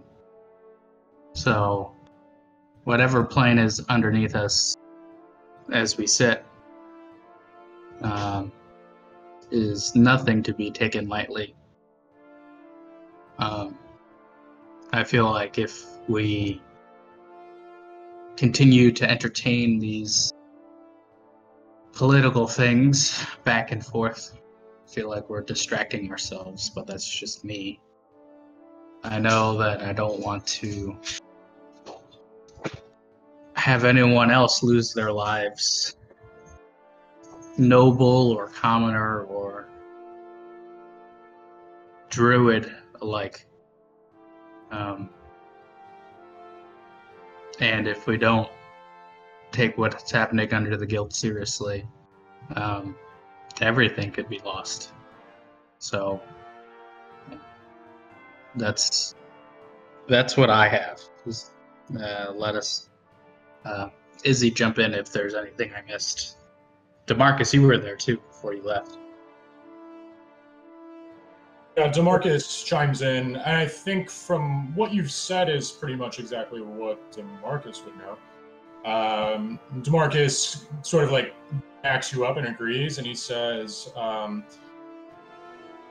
I totally agree, although we have to see the events of Mossstone, albeit minor events, less important than the events in Tethir broadly, less important than the events in Daramar, as a part of this larger problem. So while Mossstone and its political events aren't the priority in themselves, they are a part of this bigger battle between good and evil that we are fighting, and what's beneath the guild and what's going on with the cult has everything to do with that. Mossstone is less important than Daramar. Daramar is less important than Tethir, and Tethir is less important than the battle between good and evil that's happening in the world. And we have to see all these things as connected, even if that's difficult, but I believe that they are. So in our small way, fighting for Miliardo and figuring out what's going on with the cult in Mossstone is taking part in that battle between good and evil that you're focused on. Yeah. Well, I know we have to take care of the little things first. So I apologize for my impatience. It's good to keep these priorities. Right. To further emphasize the scale of what is going on under the guild, it is perhaps worth noting that it has been an undertaking millennia in the making.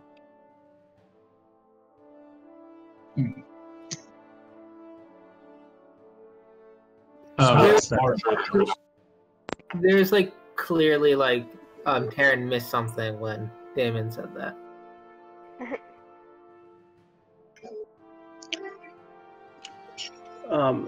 So seeing the look of confusion on Taryn's face, Damon is basically going to fill him in on his meeting with the guild and say that I worked for a powerful wizard named Moltanus, who, after a cataclysmic event which temporarily removed magic from Faerun, brought me to an undisclosed location with several other powerful wizards. After completing what work they were doing without exactly filling me in on what it was, Moltanus told me to seek out Marin Celendia. I have no memory from that point until 30 years ago, when I was awakened in the sewers, trapped in a small chamber, which I eventually found my way out of. I have come to realize that the gap in my memory is roughly 1,500 years long.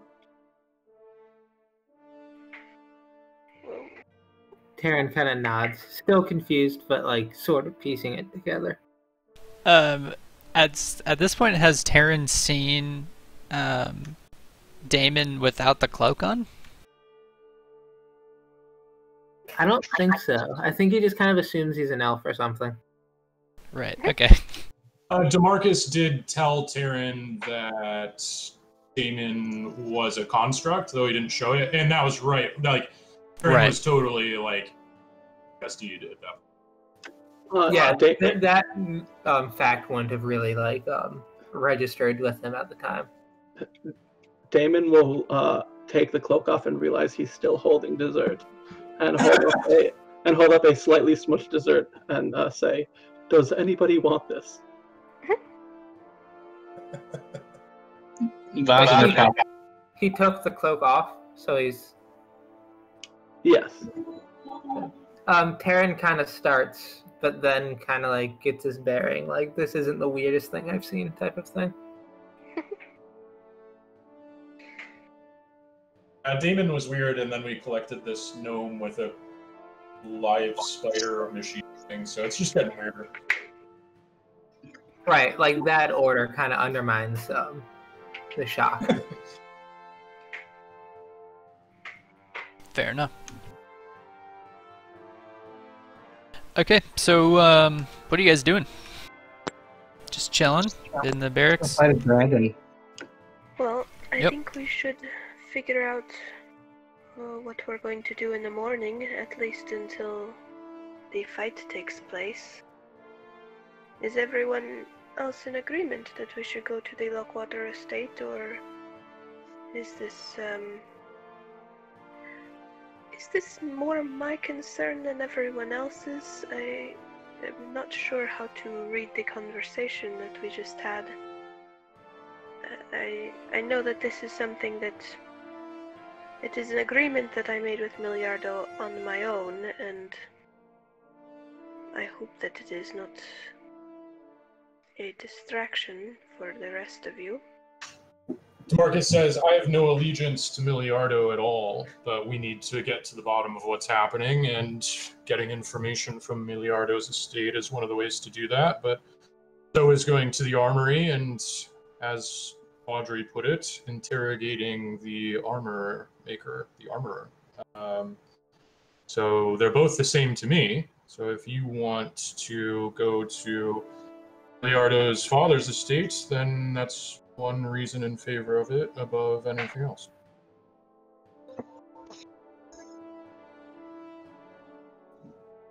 Yes, Well, if I you should, want to I leave should be. home, Go ahead. Damon basically looks to Izzy as a sort of de facto leader of Bear Squad, as one of the few like constants, even in his short tenure there. So he would just say, "I go where Bear Squad leads." Interesting. well, you know, I'll always have your back to protect you all and the rest of the squad, with no question. Taryn kind of shrugs and says, I feel like I've been away for too long to really know enough about what's going on to weigh in one way or the other.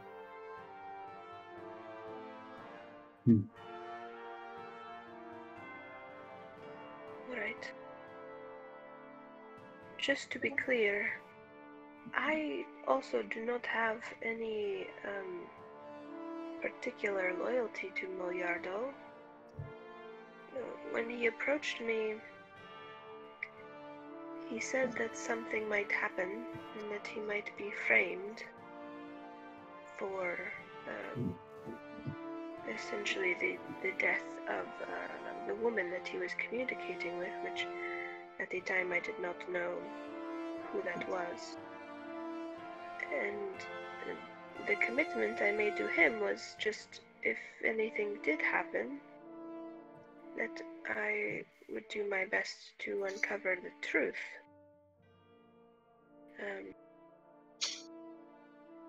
If it turns out that he was guilty of it or was manipulating me, then I don't have any particular loyalty to him.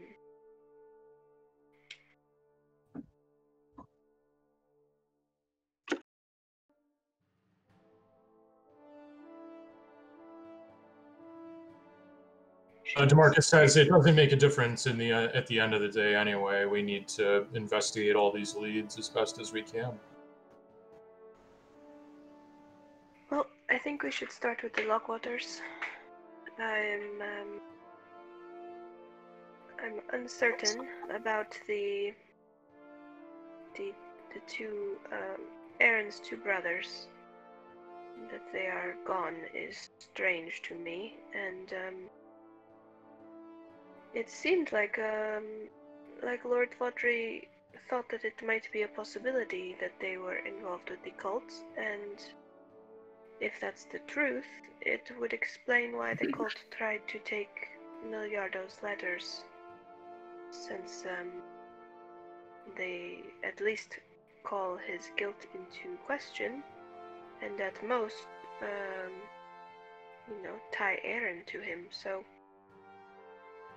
I think we should start at the Lockwater estate.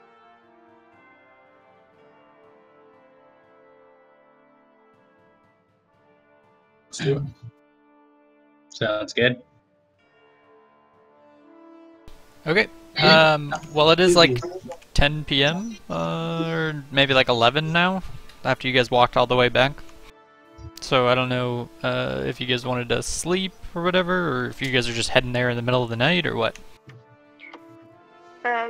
I mean, I think we should sleep. I have 3rd level spells left, so I'm gonna send a message to Milliardo, update him on our progress. Okay. And I'm going to say, we went to the Vaudry estate to hear the full story of the political changes. Your trial is in 3 days. Still investigating. You alright?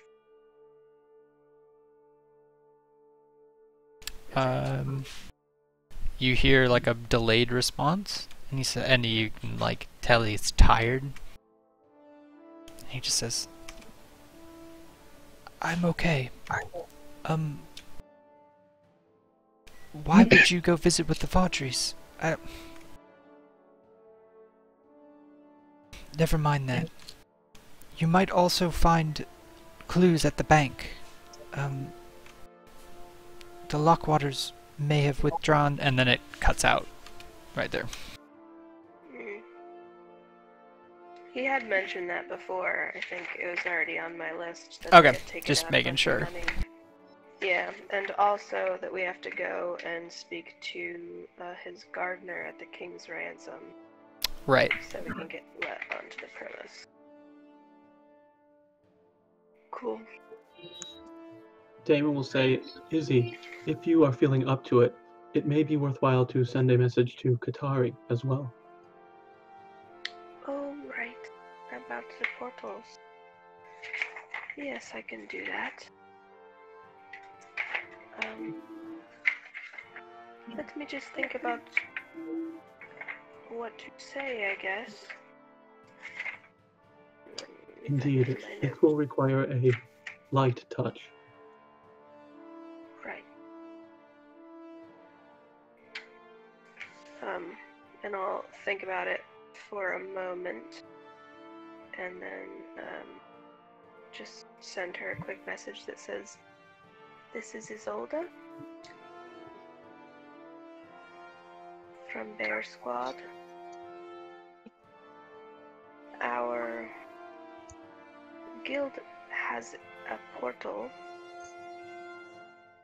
that we could connect to Hashimoto's forge, so we could travel to you. Any thoughts on that?" And that's all the words I have. Okay. Um, she responds, fuck, I can't remember her voice. I think it was just American. Just says, Zolda, it's good to hear from you. Interesting news concerning the portal. I'm not entirely sure what you mean, but I'm sure we could figure something out. And then, she sends a message to you and says, I understand that we have a limit on words, but I can cast this as well. Exactly what is the nature of you creating a portal here?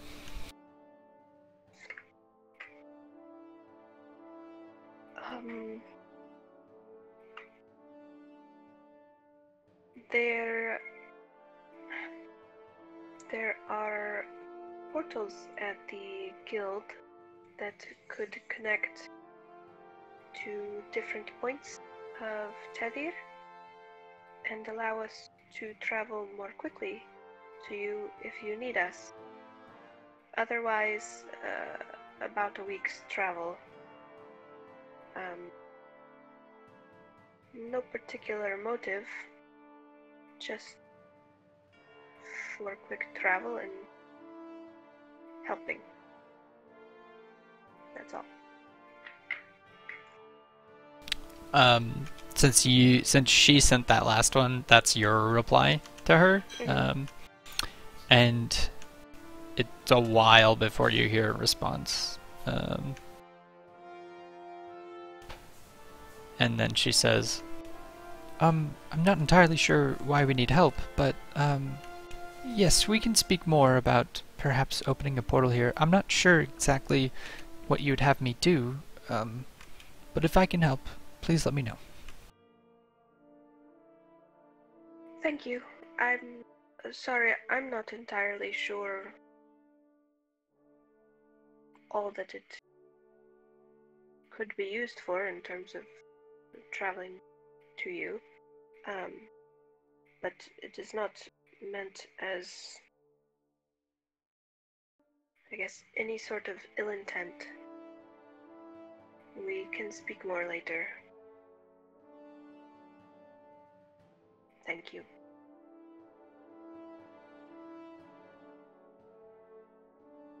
Okay.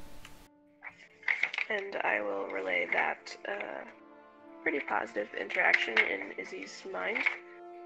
I'll relay that to Damon. And just say, Katari seems open to it. We're going to talk later about the details and, you know, what circumstances we would need to quick teleport to her and the forge. But she is open to the idea. That is good to hear. Thank you, Izzy. Of course.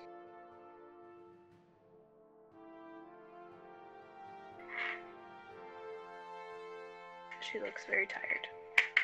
Marcus fell asleep. Before we all go to bed, though, she's just gonna go over to Johoff and say, thank you for all of your help the last few days. I mean, with the dragon and getting Terran back. I know it wasn't maybe as high stakes for you as it was for us, but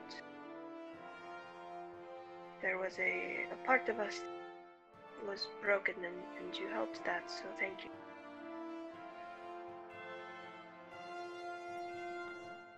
Just you were breaking up a little bit for me. She was saying that to Johoff, right? Yeah.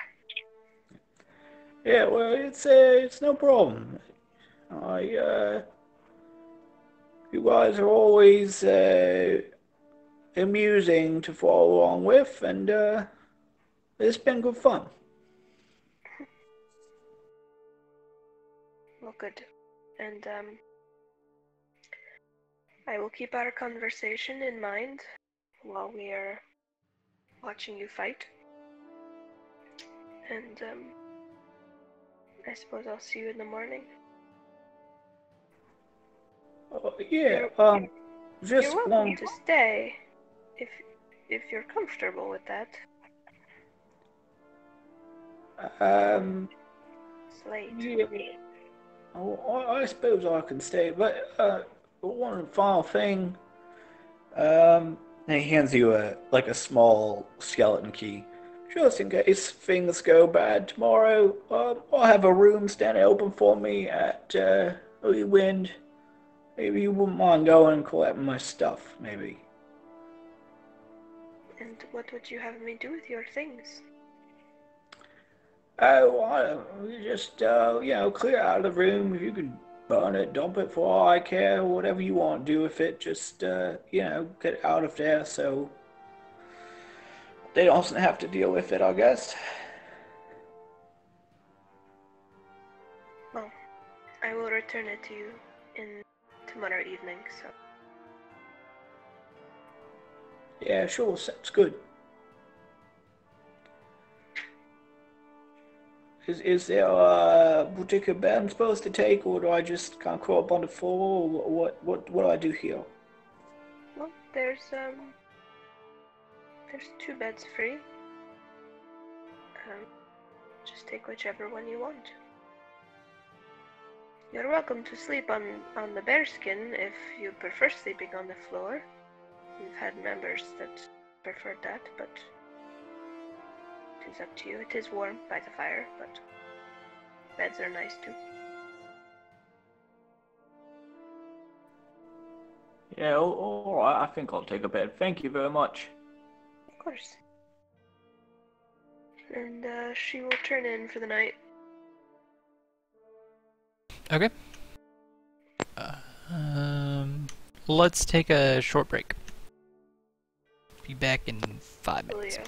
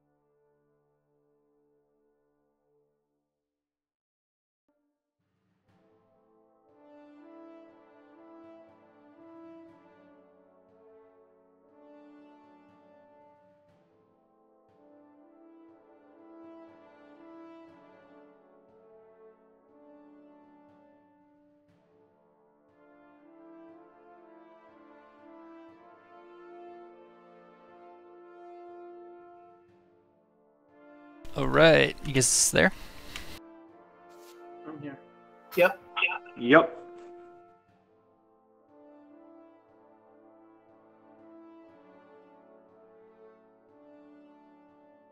Would you guys believe me if I told you I forgot an entire scene and built it while you guys were talking? Aw, yeah. The power of Foundry.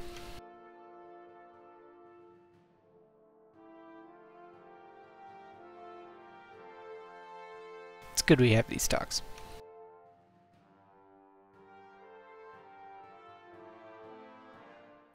We can just keep talking if you want to. Yeah, I mean, you guys got a lot of fucking discuss. It's like, I don't even need to be here for the last 2 sessions. It's kind of sweet. I'm back. Greetings.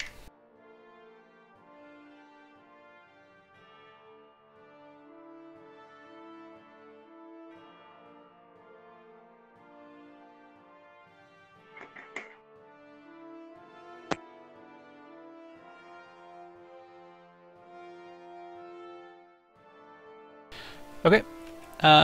So you guys sleep, or is there anything else you wanted to do? I'm good. I had my conversation. Sweet. Okay. You guys sleep and get a long rest and wake up in the morning, and everything is kind of normal. What are you doing?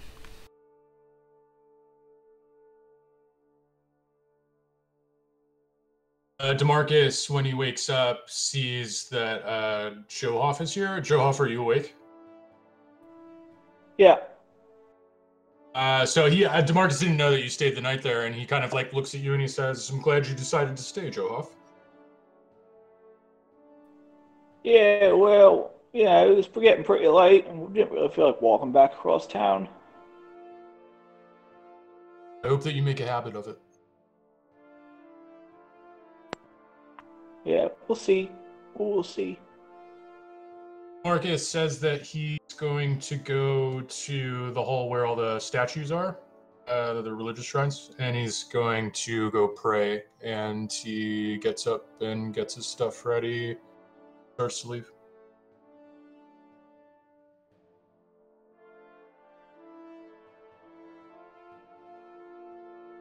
Okay. What's Taryn doing? He just goes out to the main hall for breakfast. Okay. In the guild barracks like cafeteria, you notice that there are no other squads there. I don't have it loaded up, sorry. Yeah, the wall ends there now. Yeah, I shortened. I made this scene a lot smaller because I figured it'd be easier to load a lot of times. A lot's chance flies with the dragon.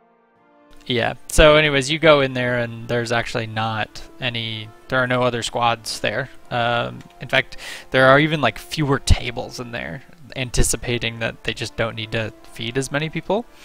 And yeah, you kind of look around and you notice that it is kind of a ghost town around here. It's kind of quiet.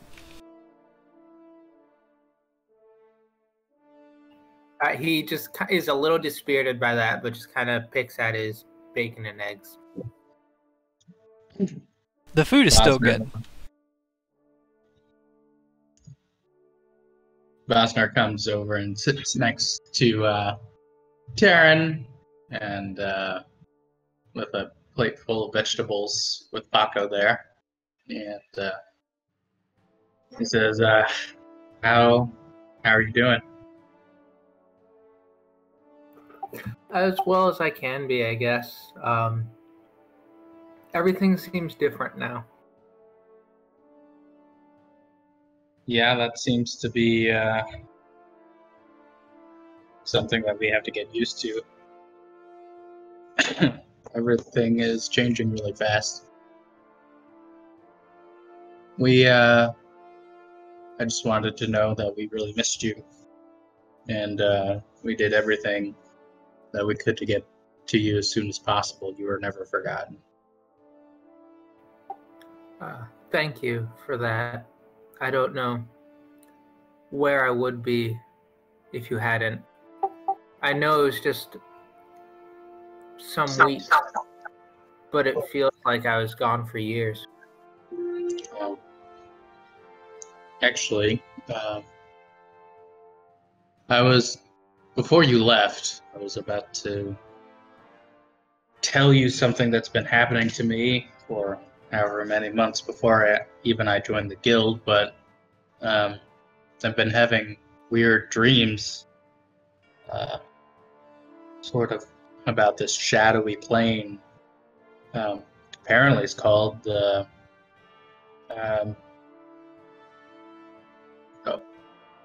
forgot it off the top of my head. It's called the Shadowfell. Shadowfell. Yep. It's and I think it's definitely related to what's at the bottom of the guild. Even the master druid in outside of Mossstone believes it's connected. And I've been seeing you and DeMarcus and our other guildmates there in these dreams. The most recent one was interesting because, of course, you were in it, but you had speckles of different color scales all over your face. So there was bronze and gold, and red, and green. I was wondering, is that common for your people to change colors? He looks at you for a moment, and you can tell he's kind of like piecing some things together. You're not quite sure what. And then he goes, "Not that I know of. Everyone I've ever known has always been just straight one color."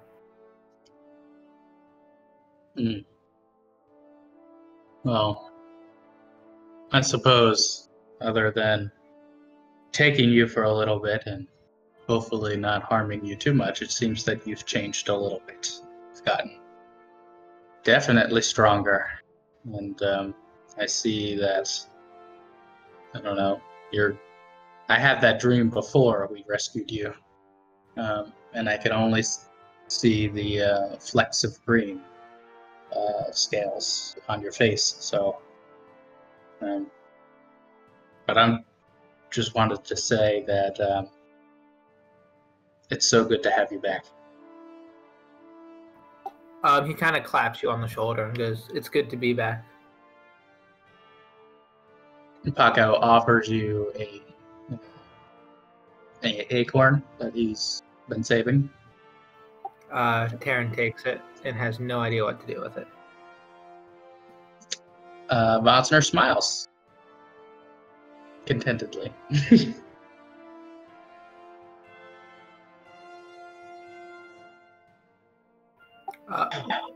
Taryn puts it next to his plate and goes back to his bacon and eggs.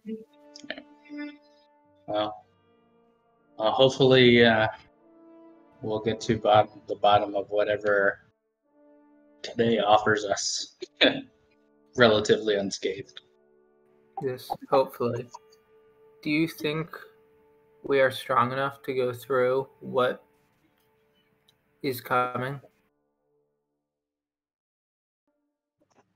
Well, to be honest, I'm not exactly sure, at least this moment.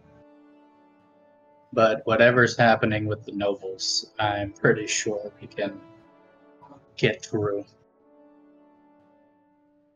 Actually, I'm pretty confident in all of us. Haza kind of nods along. Or not Haza, Taryn. Whoa! What just happened? The entire time. Ah, you ruined it. You weren't supposed to let him know. My Discord thing still says Hayeza, so that's the name I'm staring at. Vosner just has really good passive perception, so he kind of knew. He didn't want to spoil it. Nice. That makes so many things more complicated. Nice. So I guess after that, Vosner just starts striking up a conversation about the types of flowers he has encountered and needlessly organizing them. Taryn kind of nods along.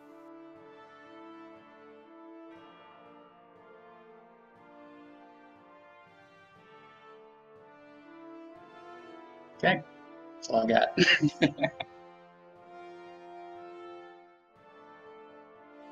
Okay. What is Damon doing? Damon was thinking we were headed to the Lockhart estate, so he's just waiting to head out that way. Okay. What is... and DeMarcus already walked out. Johoff, what are you doing? He doesn't really know his way around the guild, so he's just kind of sitting like cross-legged on the bed, just kind of waiting.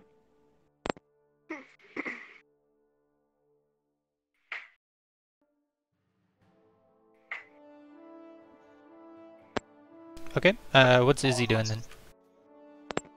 She's up at the Hall of Gods doing her morning prayer type stuff. Okay. And kind of watching what DeMarcus is doing. Marcus is praying and meditating very mindfully, and he probably has like no idea that you're there, to be honest with you, if you came in after him. But he's before the statue of Kalimfor. Okay. And then when I'm done, I'll just go back and hang out with Joab. Okay. So, you guys notice that Missile is actually not there with you, and eventually Missile shows up, and he says, hello, everyone. Master Marin has some things he wants to share with us, so please, let's move. Oh, alright. Okay. And I don't have that scene prepared. I should have done a lot more of this. That's fine. I will just make a note that Izzy is encouraging Johoff to come with her, even though it's Bear Squad related. Sure. Yeah, he's real uncomfortable with it, but he will. Yeah. DeMarcus would have joined up. He wouldn't have been up at the Hall of Gods for a crazy long time. Oh, fuck. I fucked it up. Sorry. Technical errors, everyone. No problem.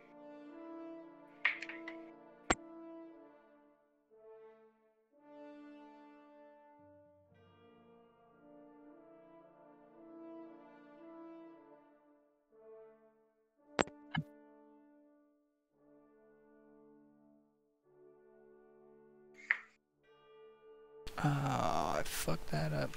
Okay, actually the scene's not ready. I'll just save that for a moment.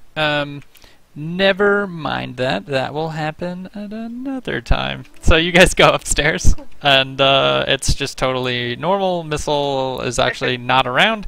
And where are you guys heading? To the Lockwater estate. Okay. So, you guys... It takes a while to get there. I mean, you guys are kind of on opposite side of town, so you have to bear in mind you don't have like a ton of time before Johoff has to get ready for his fight. But yeah, you make it to the Lockwater Manor, which is pretty much just like a pile of rubble, and there's some guards standing outside of it, and they just say like, "What do you want?" We are here from the Guild of Mustone, just doing some investigation before the trial of Miliardo Leventhor. You have clearance to come on the premises? I mean, we were assigned to. What sort of clearance are you looking for? Who assigned you? Our guild master. Well, I don't answer to no guildmaster. Isolde is fine with that since she's lying anyway. So, why don't you just fuck right off then, huh? Alright. And as you're walking away, he turns to his fellow guard and says, like, these fucking rich people in their rich armor coming around thinking they can do whatever they want. Izzy looks a bit deflated. In her beautiful shiny armor. Yep. Yep. Maybe we should come back, like, in the middle of the night or something? Or we have to get clearance from Captain Damien, probably.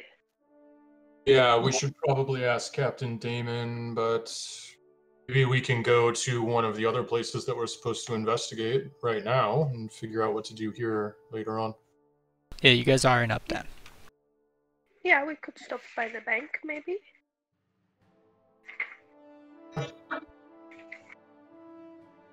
You're going to the bank? Yeah, I mean, that seems like a short thing that won't take up too much time before the fight. Okay, one sec.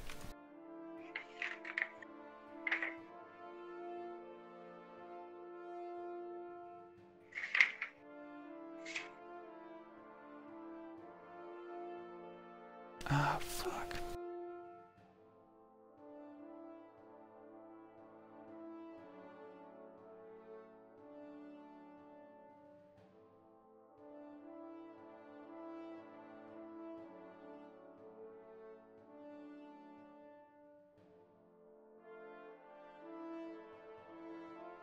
Oh man. Alright, so I forgot to put NPCs in the bank. So I have to make them. No worries. Why don't we just go and do the fight then, and then do all the uptown investigating later? Okay. Well, the armor shop does have an NPC if you want to go there. I'm Okay, sorry. yeah, I didn't yeah. mean to, like, confine you guys to a certain thing. It's just a lot of scenes to You're prepare, and I forgot some of them. You're fine. Yeah, let's go. The bank is really cool and has all sorts of complicated things in it. It just doesn't have a person in it. Actually, you know what? I'll give you a person. It'll just be a guy that looks familiar. So you come to the bank, and it's active. Interesting.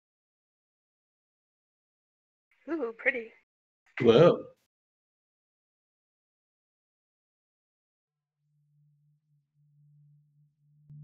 Alright. Okay.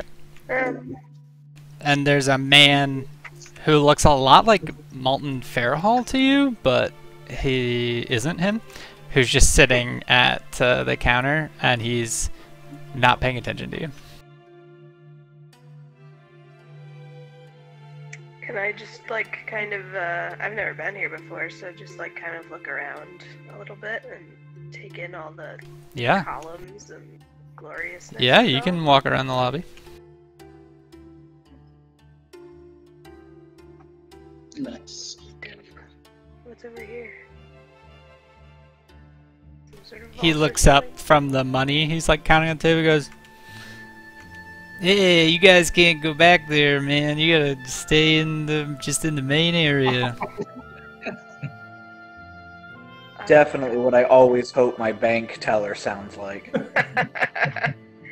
So sorry, I've never been here before. I can tell you guys look like you don't belong.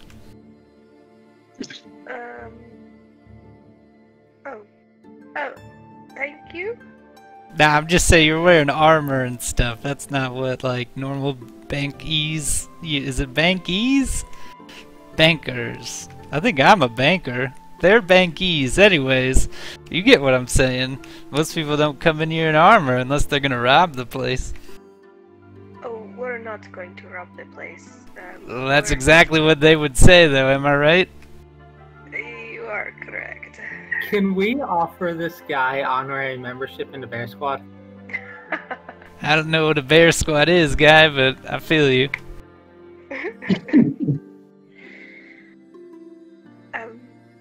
We really aren't here to rob you, though. We just need some information. Alright, well, I'm a banker, so depends on the kind of information you want. I might be able to help you. To start, do you work here every day, or are there a number of other employees? Well, there are, but I do work here every day. I'm kind of like the regular, you know, hold everything down. I see. And I assume you know all of your bankies very well. Well, of course, I mean, it's about building the clientele. Of course. I am familiar with that. Have you seen any of the Lockwaters in the last week or so? Oh, yeah, well, I mean, maybe. It's a little hard to remember. Which Lockwater are you talking about? There's a few of them. Yeah.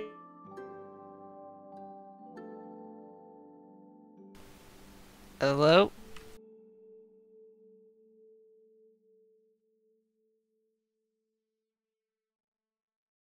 I think Laurel died. Yeah, I think you're right. Should she roll a death save? R.I.P.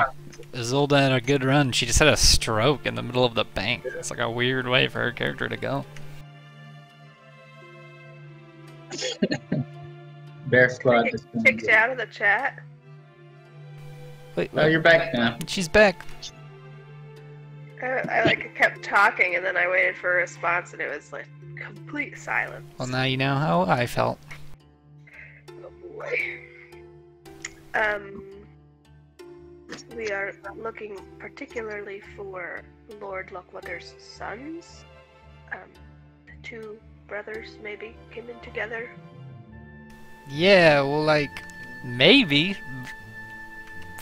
They might have done that. What's it to you?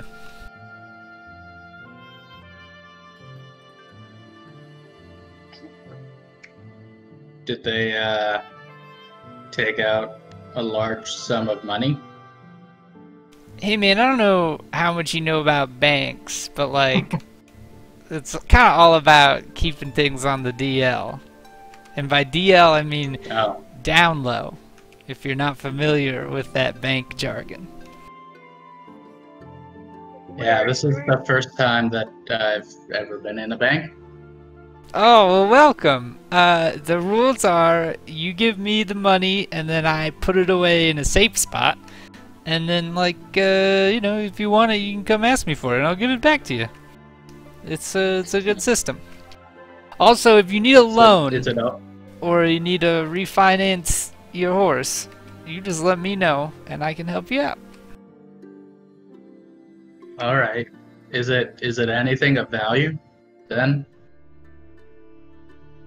Is what Or is it just anything money? of value? The institution of banking? Well, is it just money that you hold, or is it anything of value that you hold? Oh, I mean, anything that has worth will keep. I Taco mean, popped out. there's a limit in size, and normally we don't keep, you know, living things. He sees your squirrel. Paco, but the squirrel's holding a very shiny looking acorn, and he sort of gestures to me, and as would you hold on to this? We have a minimum of a 50 gold deposit, so we will hold on to 50 gold and one shiny acorn if you want. I asked Taryn if I could borrow 50 gold from the community pot. This is a good return on your investment. I think Isolde's the one with money now. Yeah. Alright, I asked Izzy for 50. Have you guys come to open an account, or what else? What are you doing here again? Foster, is this important? I think so. Sure, then here. I'll give him 50 gold. Yes. Okay, I'll put you down. What's your name again? I gotta put it in my records here. Vosner the Druid. Vosner the Druid, 50 gold.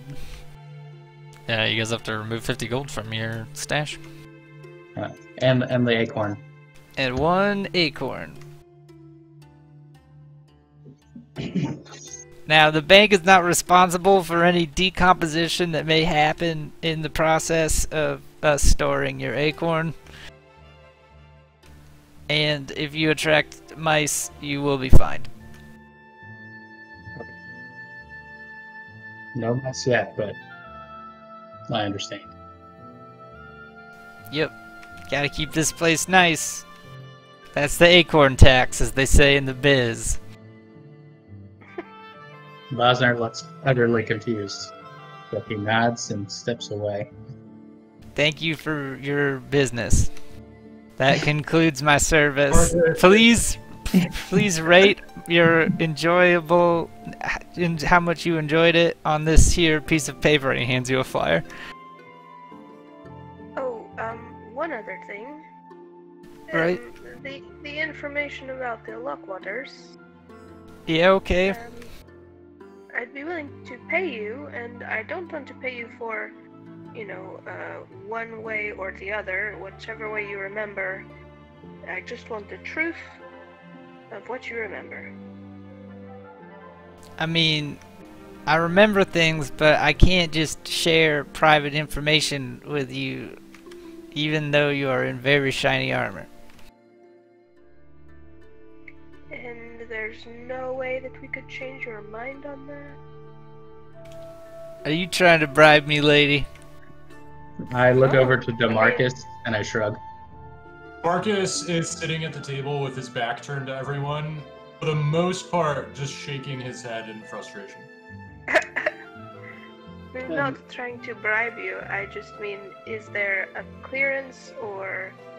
Oh, yeah, you could get like a warrant or like something from the government. Whatever the government is now, I'm not quite sure, since there's no more council. Did you hear about that? That's crazy.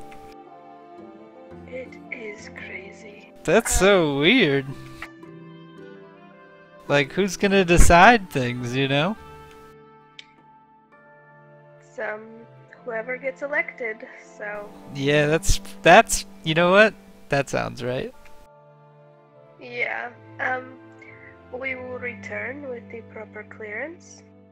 So maybe in the meantime, just try to recall as much as you can, and that way you can write it down, and when we come back, it will be really quick. Oh, well, just, I keep every transaction ever just in this book here, and he waves the book at you, kind of like not discreet, like it's showing names on it when he waves it. It wouldn't be hard for me to recall. Can I, try very hard to focus my eyes? Yeah, make a perception roll.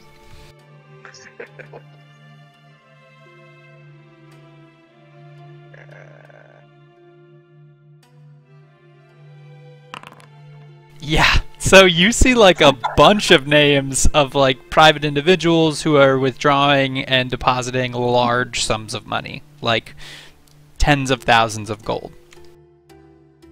Dang, I can't see if the Lockwaters are on there. No, it's definitely not on this page. You don't see Lockwaters on this page. Can I stage whisper to Izzy such that it's clear that I want this banker to hear me, that if we have to get clearance, we should do it quickly. If they were willing to burn down the Lizard's Thicket for a few love letters, what would they do for that ledger? Hey man, what was that about burning stuff down? You can't just burn down a bank.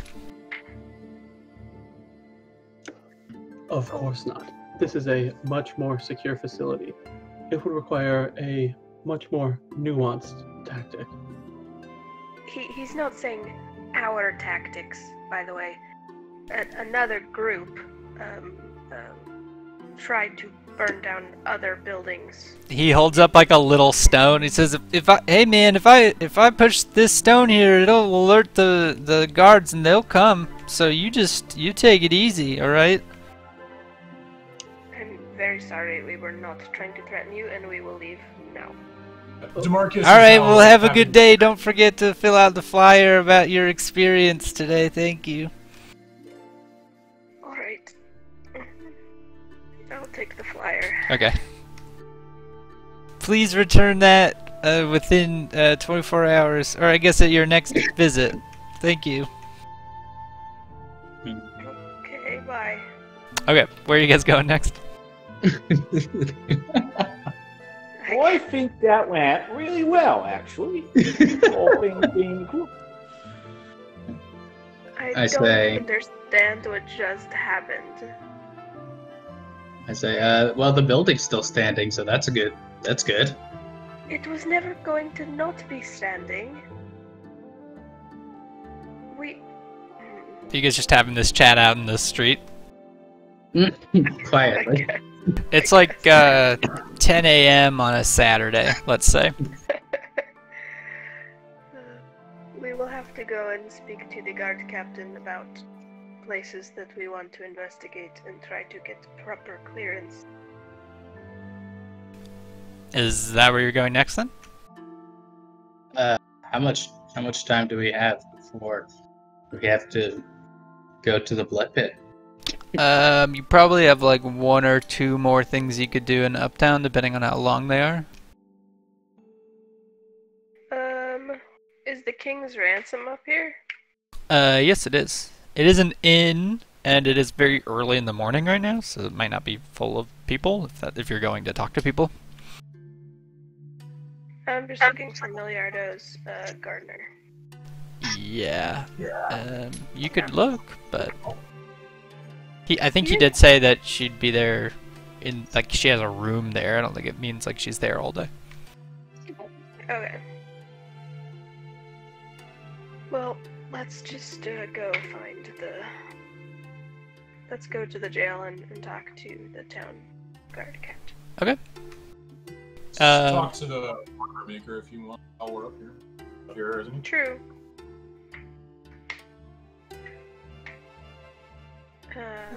Which thing are you going to? The armor? Is that where we're going? Yeah, that's fine. We can go Okay. to the plate and hammer. Plate and hammer. Okay, so you guys walk down some very nice streets. I mean, it's so clean and beautiful that it's kind of like, it's kind of weird that this is a completely different, like this is all part of the same town. Sometimes you forget like just how nice Mossstown can be. And where's my plate and hammer? I have so many of these fucking things now. Oh, I named it something different. Jesus Christ.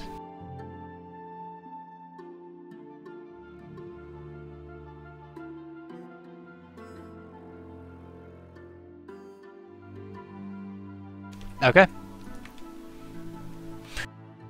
So, upon coming into this shop, you notice immediately that the walls are covered in these fully, like, dressed up, beautiful suits of armor. The nicest armor you've seen made, even nicer than what Pickanet puts together. And they're all kind of, like, put on these nice displays. Oh, don't move that. You shouldn't be able to move it. Who's doing that? How dare you? Anyways. So you walk in and like there's this like old man like hunched over the counter and you think he might be asleep, and there's like all of this beautiful armor just sitting on display.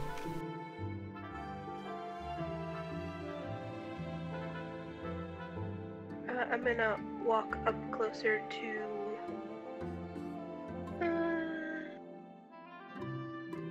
just take a peek in this side room here. Yeah, as you do that, he wakes up. Hey! What you doing? Get out of there. So sorry. I'm just looking around the shop. Were you sleeping? No? Were you sleeping? No. Well, neither of us were sleeping. Good. Okay. Well, Um, you want to buy something?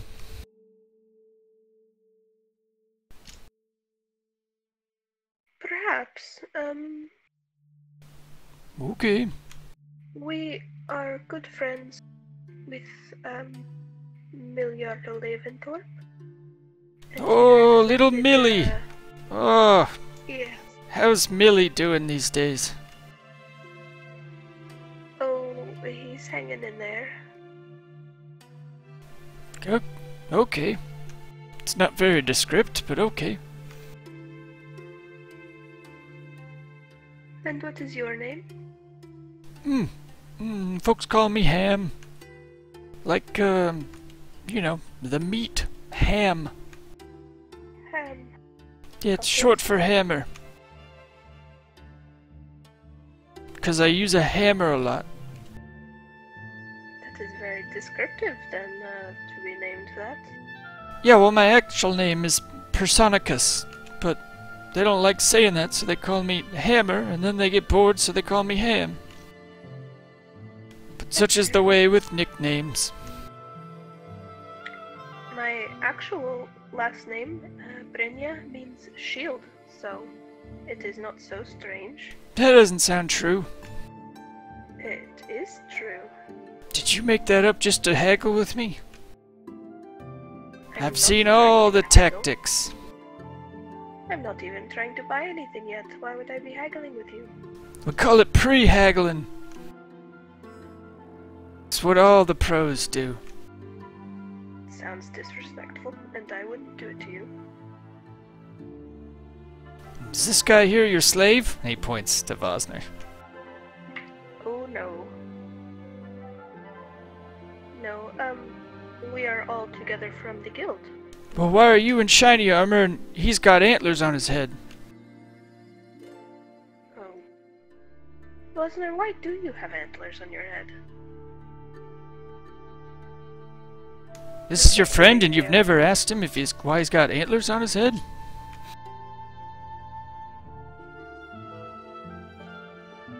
Gary, we can't hear you. I can hear you talking in the other room, but we can't hear you.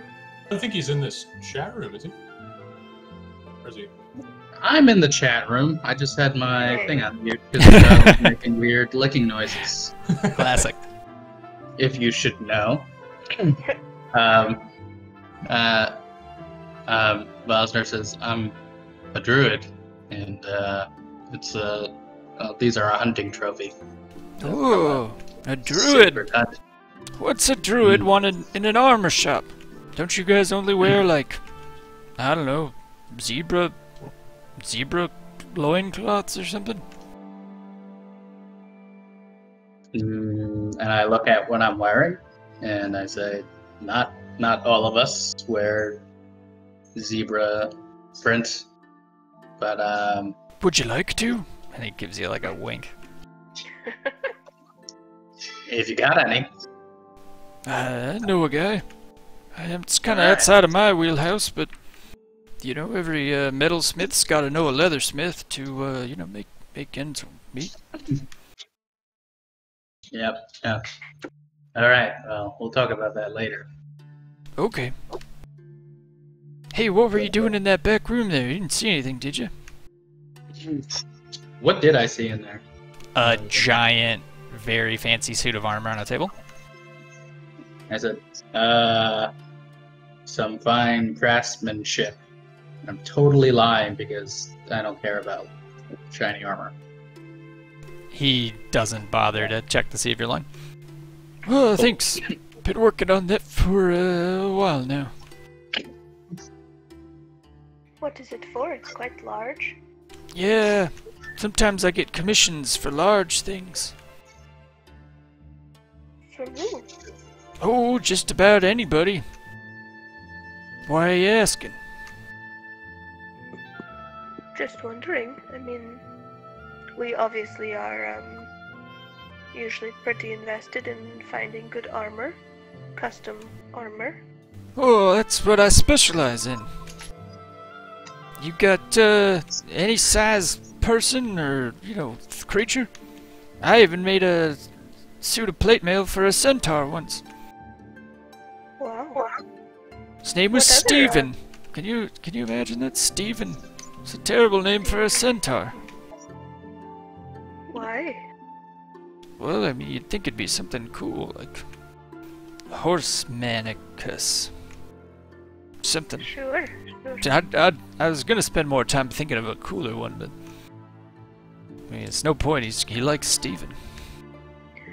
Have you ever made armor for, like, a goblin? Oh, sure. Or like an orc? Yeah, of course.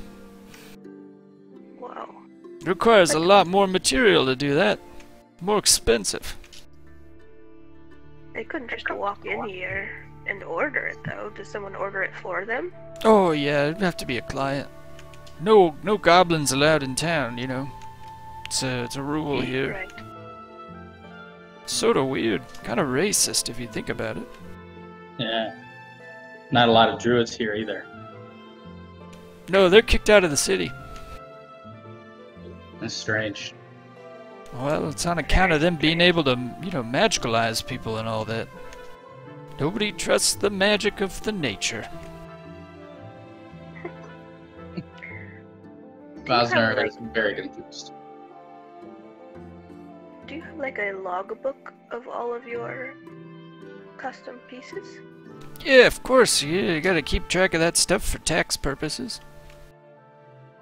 We came across a very large, like orc-sized thing of armor. It was an adamantine armor, and we were hoping maybe to find out who it came from. Adamantine orc armor, well... not many people could do that aside from myself, so, probably me, but, you'd have to see the, seal on it to be sure. Well, it's not in our possession anymore. Oh, that's a big loss then. Something like that would be worth, I don't know, 7,000 gold or something crazy. Well, I'm sure it's getting put to very good use. We had a half-orc companion that it fit quite well. Oh, she must have been a big girl. Oh, yes. Especially on Fierce. the shoulders.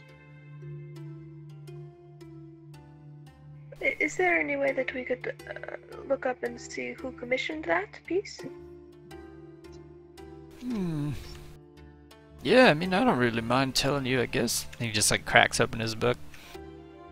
Now, the only thing I have here for orc-sized adamantine plate, which is what you said, right? Yes. I made something like that for, Mr. Leventhorpe. A couple of months ago. Maybe longer. It says here 5 months ago. Well, that's very helpful, thank you. Was it Miliardo or Oh, some no. other? Erasmus, his father. Oh. Did he regularly have friends who are orcs? Oh, I don't know. He just asked for the armor and I made it. I Makes mean, sense. maybe he's got a big nephew or something. I don't know. Well, you've been very helpful and very kind, so thank you. Well, for are you that. gonna buy something? I mean, I gave you all this nice information. You buttered me up. You told me things about druids. Oh, it's all in the pre-haggling for when we come back. I knew you were pre-haggling. You did. Very clever. Well, you're an absolute pro. Trick Well, is to we bring in will, a druid. Yes. Hey, just want to say something. It's kind of weird that you come in here with a whole entourage of people that just don't say anything. And he like waves at you guys in the back of the room. She's a big deal. This one. Taryn waves back, but you guys have noticed that he's been kind of lost in thought all morning. Okay. DeMarcus kind of looks like very stern right now, and almost like he's in a very bad mood or something, but he looks at him and responds by saying, "You said Millie earlier, you were referring to Miliardo?" Yeah. How's that little whippersnapper doing? You haven't heard that he's been imprisoned? Oh, no. Let's try to stay to my own craft here. I don't spend too much time paying attention to who gets thrown into what prison.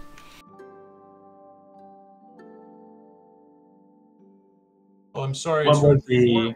Go ahead, Vosmer. I said, what was he like when he was younger that you remember? Oh, I don't know. He's a sweet kid. He'd come around the shop when his dad was here. Do you think he was a kinder than his father? Oh, I don't know. I mean, his father was kind of a stern man, so yeah. I mean, I just knew him as a kid, so couldn't tell you much other than that. Do you think he would do anything nefarious? Well, little kids get into trouble all the time, so I don't know. I was just trying to get to know who he is, you know, character-wise. Sure, but I'm not gonna lie. You're worse at this pre-haggling than she is. Yeah. I don't come often to these shops, so Well, my if experience is limited. if you don't wear armor, I can see why. And he waves at DeMarcus and says, "Hey, where'd you get that plate made? Looks like dog shit." I'm afraid, sir, that with my humble means, I wouldn't be able to afford any of your fine craftswork. Oh, why don't you ask this nice lady for some money? She looks loaded. Oh, I think she spent all of hers on that fine armor. Entirely I do have a possible. question. Oh, Do you yeah. work with the Vaudrys very much? Oh, well, I've made some armor for them, or their associates, sure.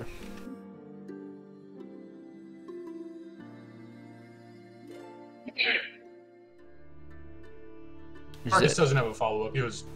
Alright, well, again, she's the best pre-haggler out of the bunch of you. True. Well, go ahead, Izzy. That's very kind of you to say. Anyway, thank you very much for the conversation. You are delightful to speak to, and we will return at some point to browse the wares, or perhaps order something custom. Okay. If you guys click on that, or double click on that chest, it should bring up a little shop so you can actually see the prices of things if you want. Mm-hmm. I can't see anything in this screen, John, which is fine. What? I might have been the person moving stuff earlier. I don't know. Sorry. I logged out and logged back in, and it was still like that. So I don't know if it's on my end or. Can what. you see it now? Oh yeah, you're Nope. not even in the game, it says. Oh really? Okay.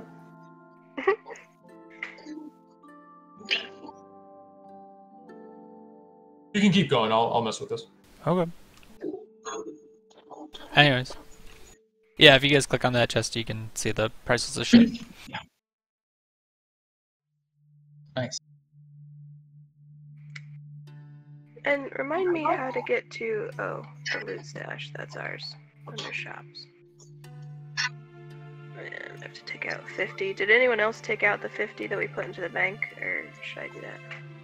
I think you should do that. I don't think anybody else did. Okay. Hey, DeMarcus is back. Yeah, I just switched my browser. Okay. So just so everyone knows, we have a little over 7 grand right now. So if you're interested in any of this armor, Nice.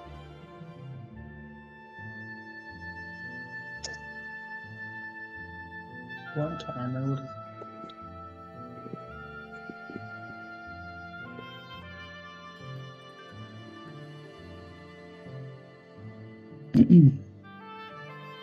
Okay. That's some pretty nice stuff he's got there. Yeah. Some very What is nice splint armor made out of? metal. Metal. Okay. I guess it makes sense. It's heavy armor. You wouldn't be able to equip it. Yeah, DeMarcus is not really trying to have a bunch of expensive stuff on him right now, basically, for a number of reasons. Sure. that's fair. Alright. Thank you, and we will be back. And she will start leaving. Okay, well, have a good one. You too. Alright, where are you guys going? Little chest wandering around. I don't know, is it time to go to the blood pit? We run away with the stock. We could. You could. Yeah, let's go to the blood pit. You guys could murder hobo it. You could just throw this whole campaign upside down and just start murdering people and taking stuff, rob the bank. I've noticed you've given us a lot of windows to do bad things. They were always there. Yeah. Right. We haven't yet gotten anyone killed, though, so... Yeah, pretty good. Yeah. So you're Your mom was going. pretty mad at me. You're going all the way to the fight. And the other desks were really because of the cultists. Yeah, if we have time to stop in and talk to Damon about getting clearance, that's fine. But if it's gonna be like a long conversation, and it's almost time to go to the blood pit. I would say just on the current time we're at. Tim, what's your schedule look like? Do you have to be out early? Not like any earlier than normal. I think I've still got time for the fight. Okay. Yeah. So, yeah, you get time then to go to City Hall real quick on your way to, like, kind of, not on your way, but you could make it and make it back. Okay. So, City Hall. So you show up at City Hall, and guard lets you in, and guard Captain Damien like strolls by, says, "Hello, Air Squad. What brings you to City Hall?"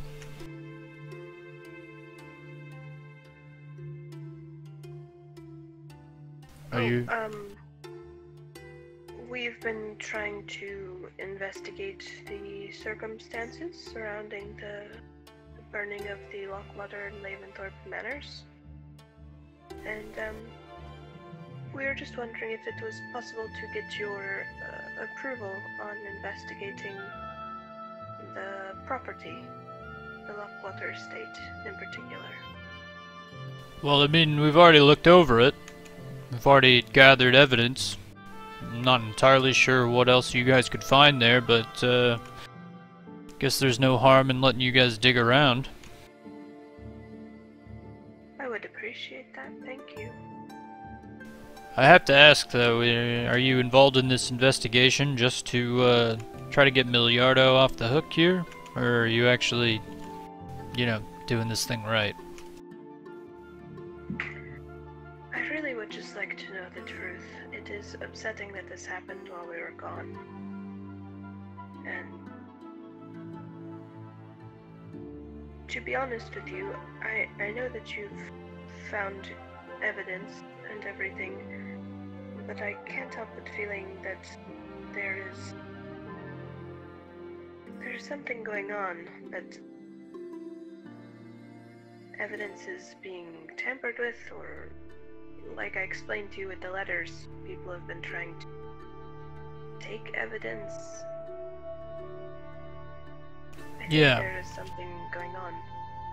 Well, obviously there's people interested in Miliardo getting out free, and people interested in Miliardo, you know, getting the noose. So I'd imagine there's a lot of interested parties on both sides. Question is, exactly which side are you on, and are you guys, you know, financially motivated to change the story? I can't speak for everyone in my group, but I'm not financially motivated. And if it turns out that everything that we find corroborates that he is a killer, then I think that he should face his punishment.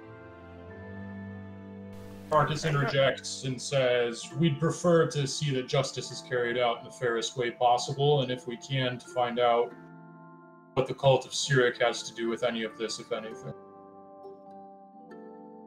Yeah, well, we know the cultists have been working with the crime syndicates in the sewers, so I mean, I guess you could investigate there, but it's hard to... I mean, I wouldn't recommend going down there, because it's, well, it's not even a place our guards are willing to go. It's pretty dangerous. Do you think that the cultists are only working with the crime syndicates, or do they have connections with any of the noble families? Well, we know for sure they're working with the crime syndicates. Now, whether or not they're working with the nobles, that's kind of, the nature of this entire investigation. There was evidence that showed Miliardo was tied to the cultists, so I guess if he could prove that he's not, then that would be, you know, pretty big, important thing. What sort of evidence did you gather from the Lockwater estate? Well, it wasn't the Lockwater estate that we found much evidence concerning Miliardo. At the Lockwater estate we found a ring of Cyric. In fact, I almost sent it to you guys to Aristos, and then I remembered what happened to him. The last time I talked to you guys concerning the cult matters, he seemed the most knowledgeable. I didn't send it because, well, frankly, I didn't really know anybody else at the guild other than Ander, and I don't know, I just don't know which side you guys are on anymore. But the ring was found there, and it appears all evidence points to the cultists having burned down the Lockwater Manor. And then that kind of corresponded to evidence we found in the Leventhorpes when we were investigating the death of Erasmus.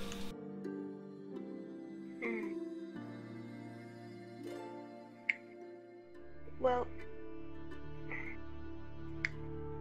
I guess the question in my head is whether the ring that you found at the Lockwater estate means that the Lockwaters were tied to the cultists, and the fact that the two youngest brothers, the Lockwater brothers, are still missing is concerning to me. We have received some information that they may have withdrawn money from the bank here in Uptown and possibly disappeared.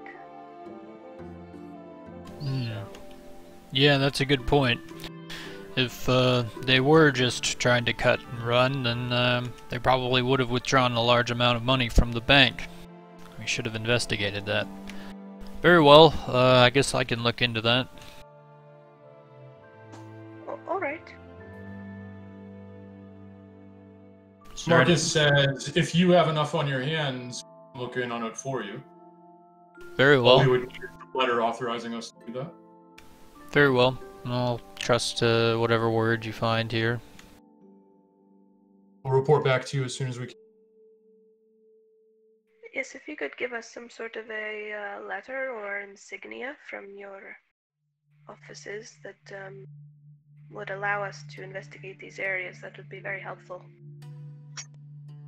Look, I have to tell you, I could bring you onto this case, but Miliardo's association with the Silver Crabs, the Lizard's Thicket, and even you guys is not entirely something that's going in his favor. I know the guild has a certain reputation of itself, but you guys have been at the heart of a number of controversial situations in this city. Not to mention the ones found at the location in Port Tier after that massacre. Now, I know that you guys don't seem like the massacring type, and your story checked out, but as far as optics goes, you guys have been at the heart of a number of conflicts with the cultists, as well as that massacre, and have been pretty close friends with Miliardo over the past few months. So, I don't know, you might want to just keep that in mind when you're taking part in this investigation.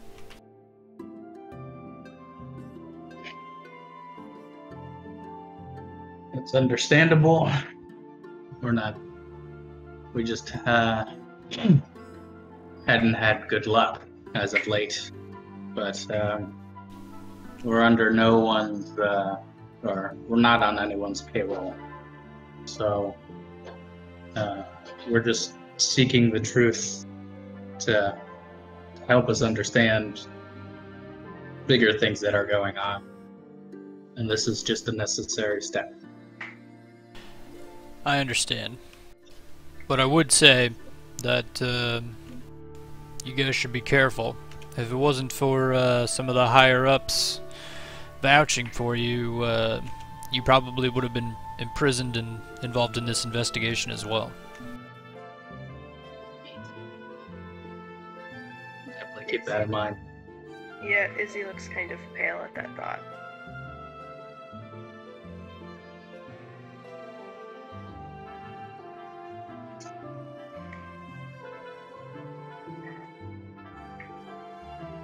Alright, well, are you here to see Miliardo, or are you just gonna head off? Oh, we're really just here to, I guess, share information on the investigation and hopefully get your approval to look into these other issues. Well, I'm happy you actually came to me. It seems like you've been doing a lot in this city for a long while, and frankly, it's nice to have some collaboration with you, rather than just meeting you at the scene afterwards. If you come to find out anything, please let me know, and, you know, maybe I can help you ahead of time. Thank you. Appreciate it.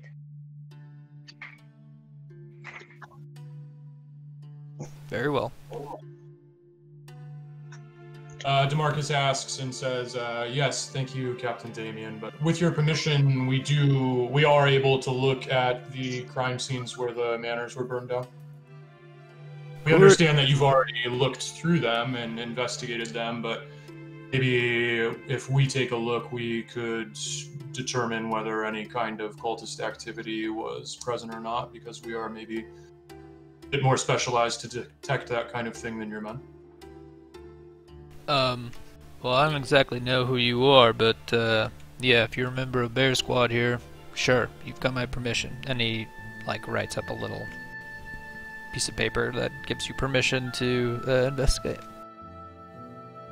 Thank you. My name is Dorian. I was invited here to participate in the Bear Squad from Daramar.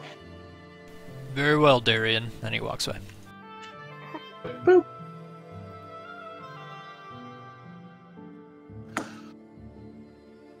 Blood pit.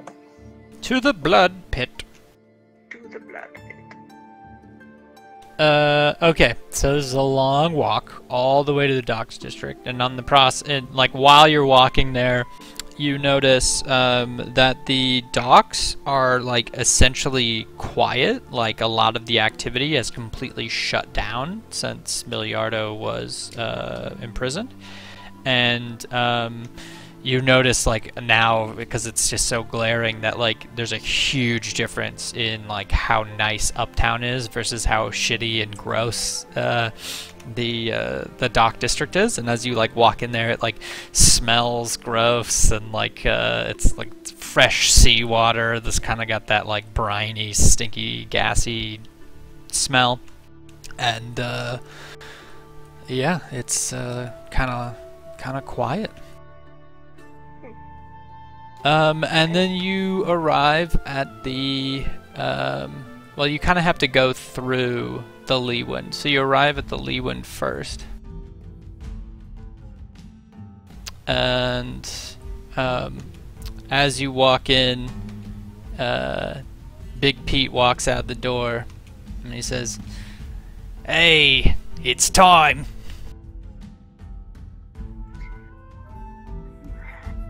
Yeah, let's get this fuck over with, Foxcoats. I withdrew all my special monies for you, so you better have stretched and all that. Yeah, I suppose stretching will be the difference between me getting killed and getting out of here alive. Yeah, that's about right. Well, should we head on down there?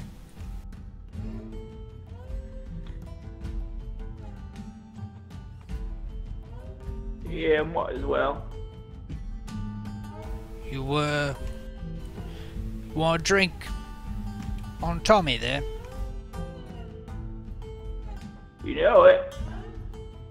Tommy like pulls out a special bottle and like pours you a shot of something very, very strong.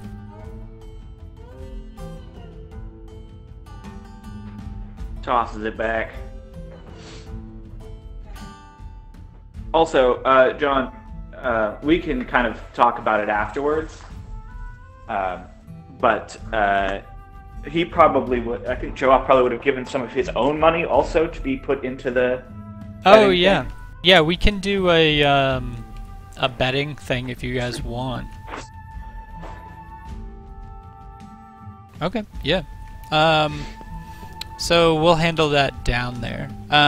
So yeah, they basically they lead you down this like long path all the way down into the sewer, and then like it's kind of like a parade forming where it's like Big Pete and this Elvenor guy and Cass, and it's kind of like a cool montagey scene, you know, where they're like strutting on their way to the fight. You know, it's kind of like a boxing ring, a boxing match, you know, where there's like the whole entourage walking up to the pit.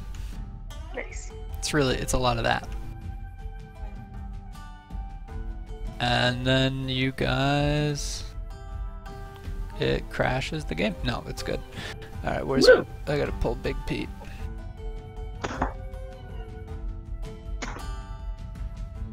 I broke the game. No, you didn't.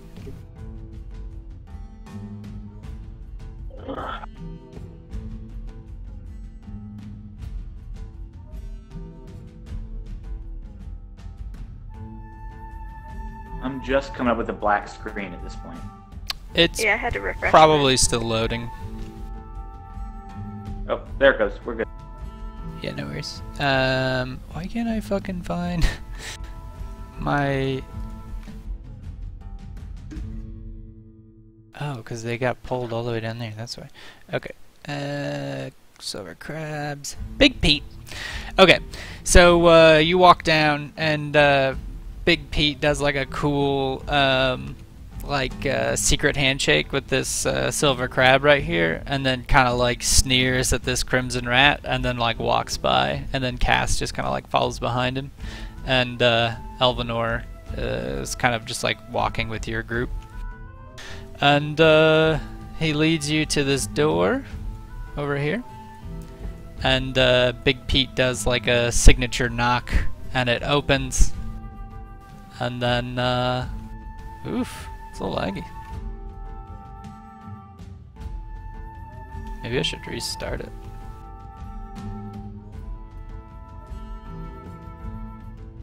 Ugh. And yeah, you guys walk in, and there's just a shit ton of people, all kind of getting ready for this fight. Big Pete turns to you and says, "So, it's been a bit of a complication. Your guy E there was supposed to fight with swords, and so the other guy is going to be using weapons.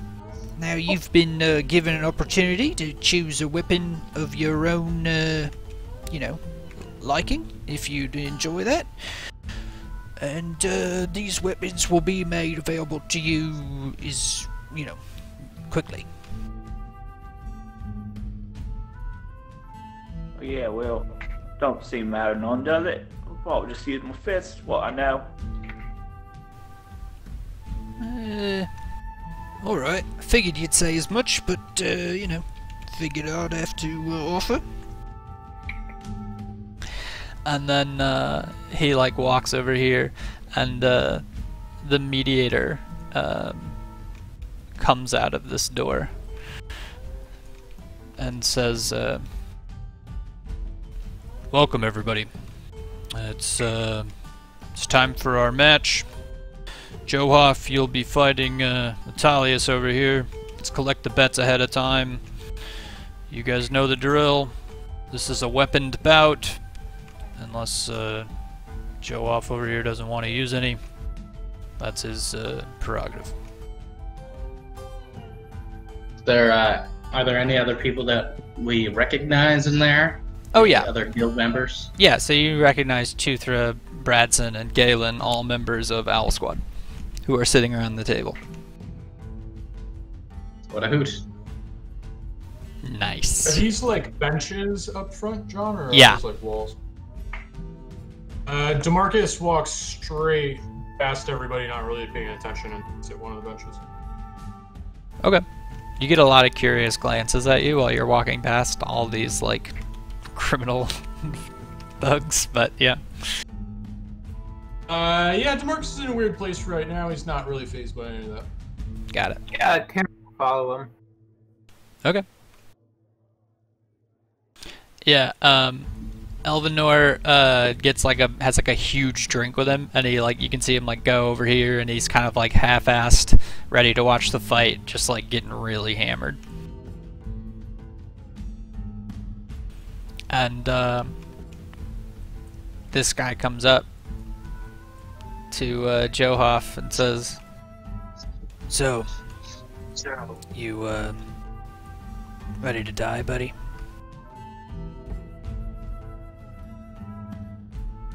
Yeah, Darius, this here's one of the main differences between you and me. I'm not afraid to die, and I also ain't fucking afraid to kill you. So save your taunting for somebody who gives a fuck. Let's roll.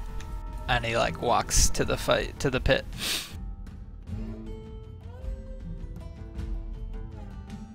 Alright, I'm gonna give Big Pete, I think 2,000 of my gold. Okay. To place for a bet on me. Okay. Is anybody else going to place money? I don't have any money on my person. We can just abstract that you guys can use group money if you would want.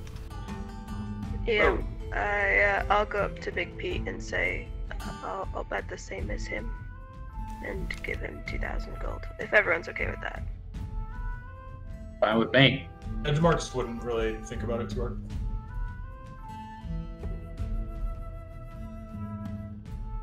And I'll just tell Johoff good luck, and wait at the benches. Yeah, thanks.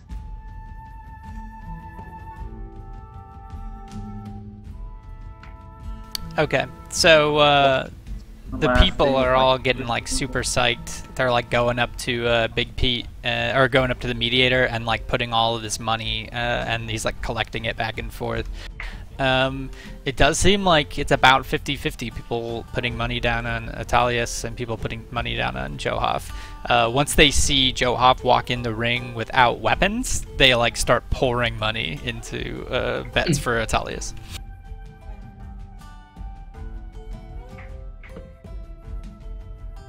And yeah, Big Pete steps up to the front, and then the guy who's you know him as Bill Thorne, the leader of the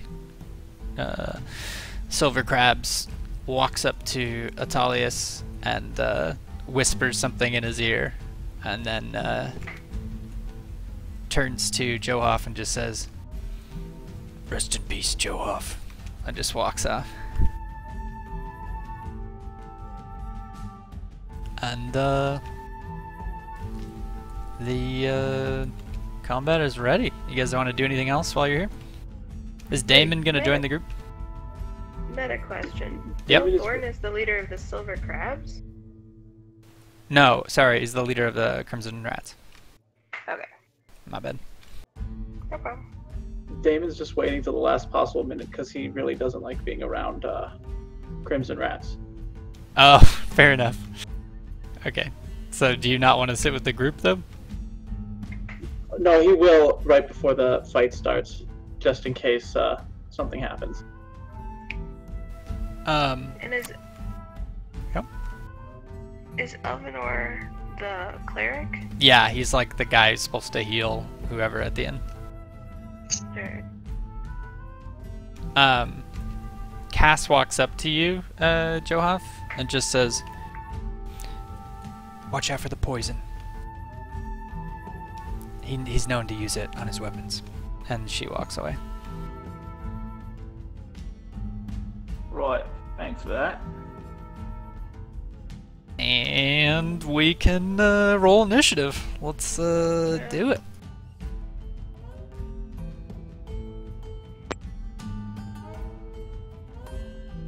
And John, just to be clear, like none of us are allowed to do a single thing. I mean, allowed, no. But Yeah. if you do things... Now, one thing I will say ooh, is that in situations like this, casting spells that have verbal components and stuff is like a loud, like, magic casting thing, so you can't, like, secretly heal somebody from afar. It will be obvious. Yeah. So, if you were thinking about doing something like that, now if you want to heal somebody and make it obvious, you can totally do that. It's whatever you would do in character. So, Okay. you guys start like getting ready, and mediator comes up and says, "The bets have been placed. The match is ready to begin. You know the rules. Good luck to both of you." And he steps to the side. And Atalius goes first. Oh, hold on, I have fight music. Cool fight music. Like way cool fight music. Like the coolest, maybe. Is the ring just kind of like in this pit? Are there like things that would prevent us from like walking up to it at all, or other than like etiquette? Just etiquette. I think this is cooler Yeah. fight music. And if DeMarcus is being obvious about like looking around and seeing like how guarded it is against interference, Izzy would just kind of lean over and say, "Joaf does not want us to interfere at all. It will ruin the whole fight." I mean, he said even if he goes unconscious, not to interfere. Marcus says, "I know, but things rarely go according to plan." So, Atalius pulls out So it's like his turn, he's going first, and he's kind of like walking in circles, kind of like getting hyped up. And then he pulls out 2 daggers, one in each hand, and one is especially long. And he points one towards you. He says, it's kind of stupid not to use weapons, but whatever. This will be easy. And he runs at you. And he is going to attack you twice. I have to remember how to do combat in this game. Carefully. He swings at you with his left hand, and it sticks into you. It cuts like your arm. By the way, John, Yeah? your Oh, dice hidden. are... I don't know if you meant to do that or not. Fuck no, I didn't. So, thank you. Anyways, yeah, he swings and cuts your arm for, looks like 7 damage. And then he swings again. I almost swung with your thing. And the second hit also cuts you. The first hit, he is going to use his sneak attack damage to hit you for as much as he can. And hits you pretty hard. So right out of the gate, he comes sprinting at you and cuts you twice and does like a sneak attack on the first one. It is now your turn. All right, well, we're going to start with punching him. Nice.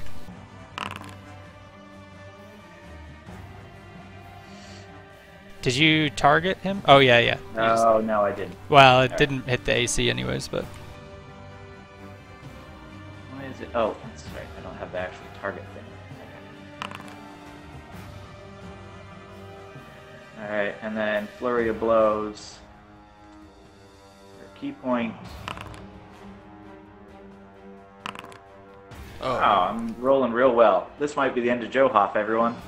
So, yeah, he came running at you, cut you twice, and you tried to punch him, and he's just dodging out of all of your attacks. And he's going to disengage and walk away from you, and just start mocking you from afar. And then he's going to kind of ramp up the crowd, and they all lose their shit. And it is your turn again.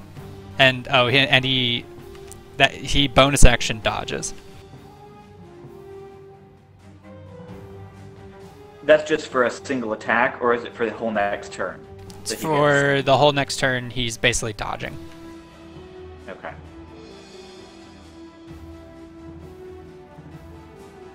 Right, well, I am going to approach. Hang on. There we go.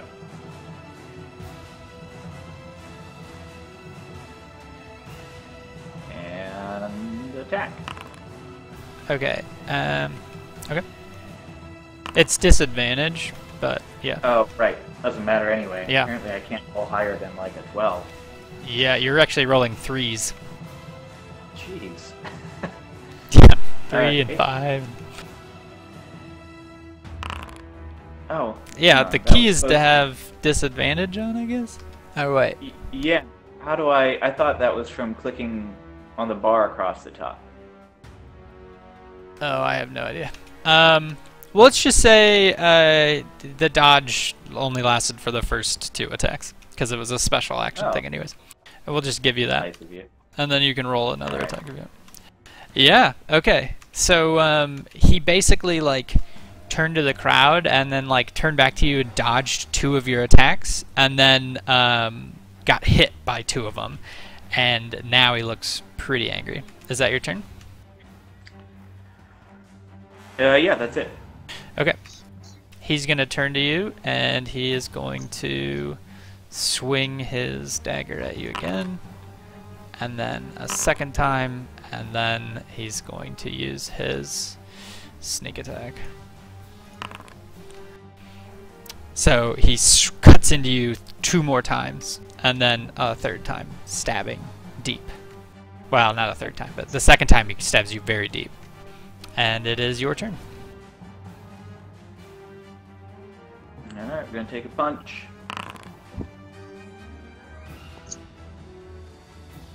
Oh, you didn't target him. Oh, jeez, I keep forgetting to do that. Alright. Okay, I did that hit for you. Alright, thank you. And then I think because I hit him the one time, I can do a stunning strike. Is that right? Yeah, that sounds right. Or you can do flurry, whatever you want. Let's see here. Why does he keep pulling that up? I'm not sure. Yeah, I guess I'll actually do the flurry.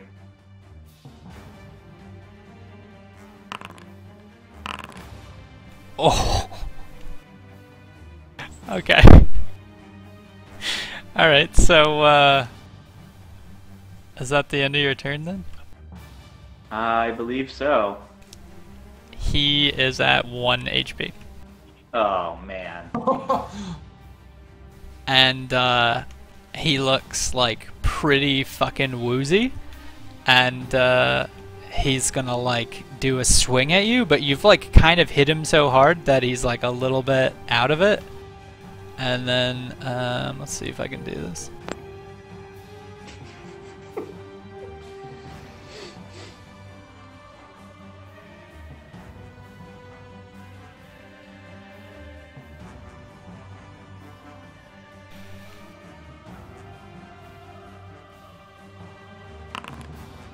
And he misses, and he's gonna do it again.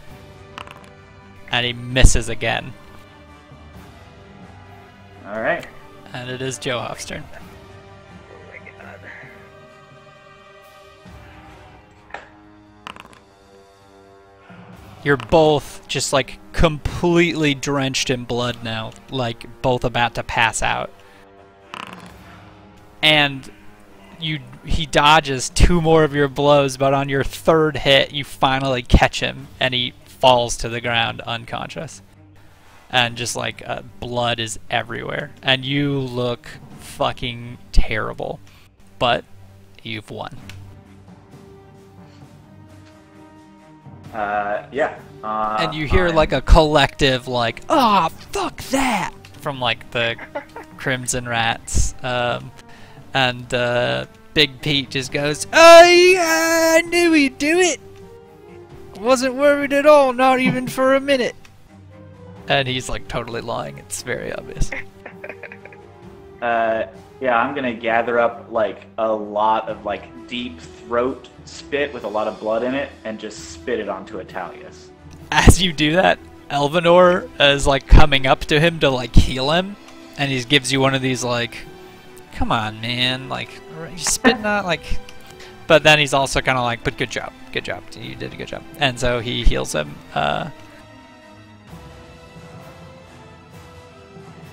And Talius like comes to consciousness, but he is like not doing well. And Elvanor walks up to you and heals you for 15. Yeah, thanks, mate. He says, "Don't mention it. You owe me a beer." And then he goes back to the bench. And you can kind of tell that he's sitting on the bench because he's too drunk to be standing for very long.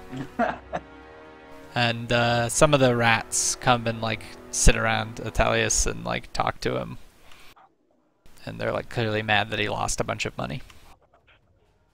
I should have added triumphant music, but I don't have any. I'm kind of looking around, watching the rats, trying to see if anybody looks like they're going to start some shit.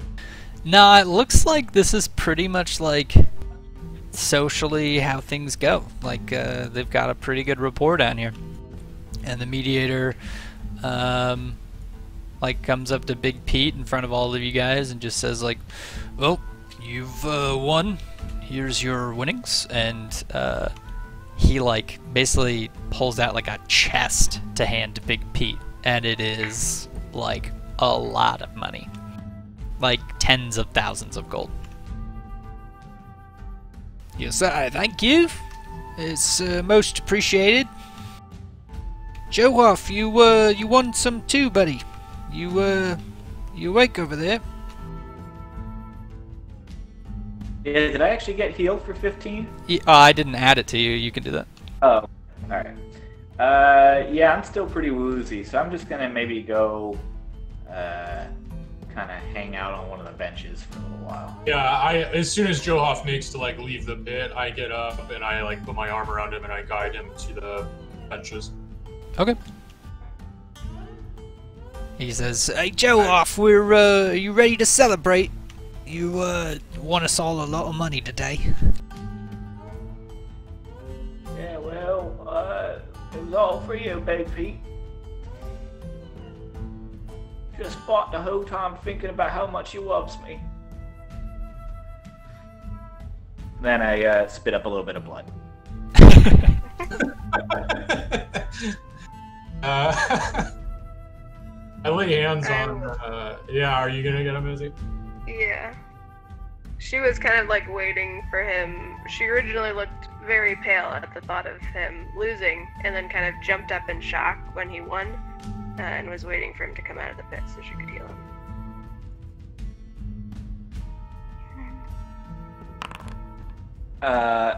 How much did he win? Did it just double? Yeah, it's just double because it was about 50-50 odds. So yeah, you won another 2,000 gold. All right. And Well, I so think, did Isolde because she bet 2,000, right? Hey, yep. Well, I think drinks on me for this evening.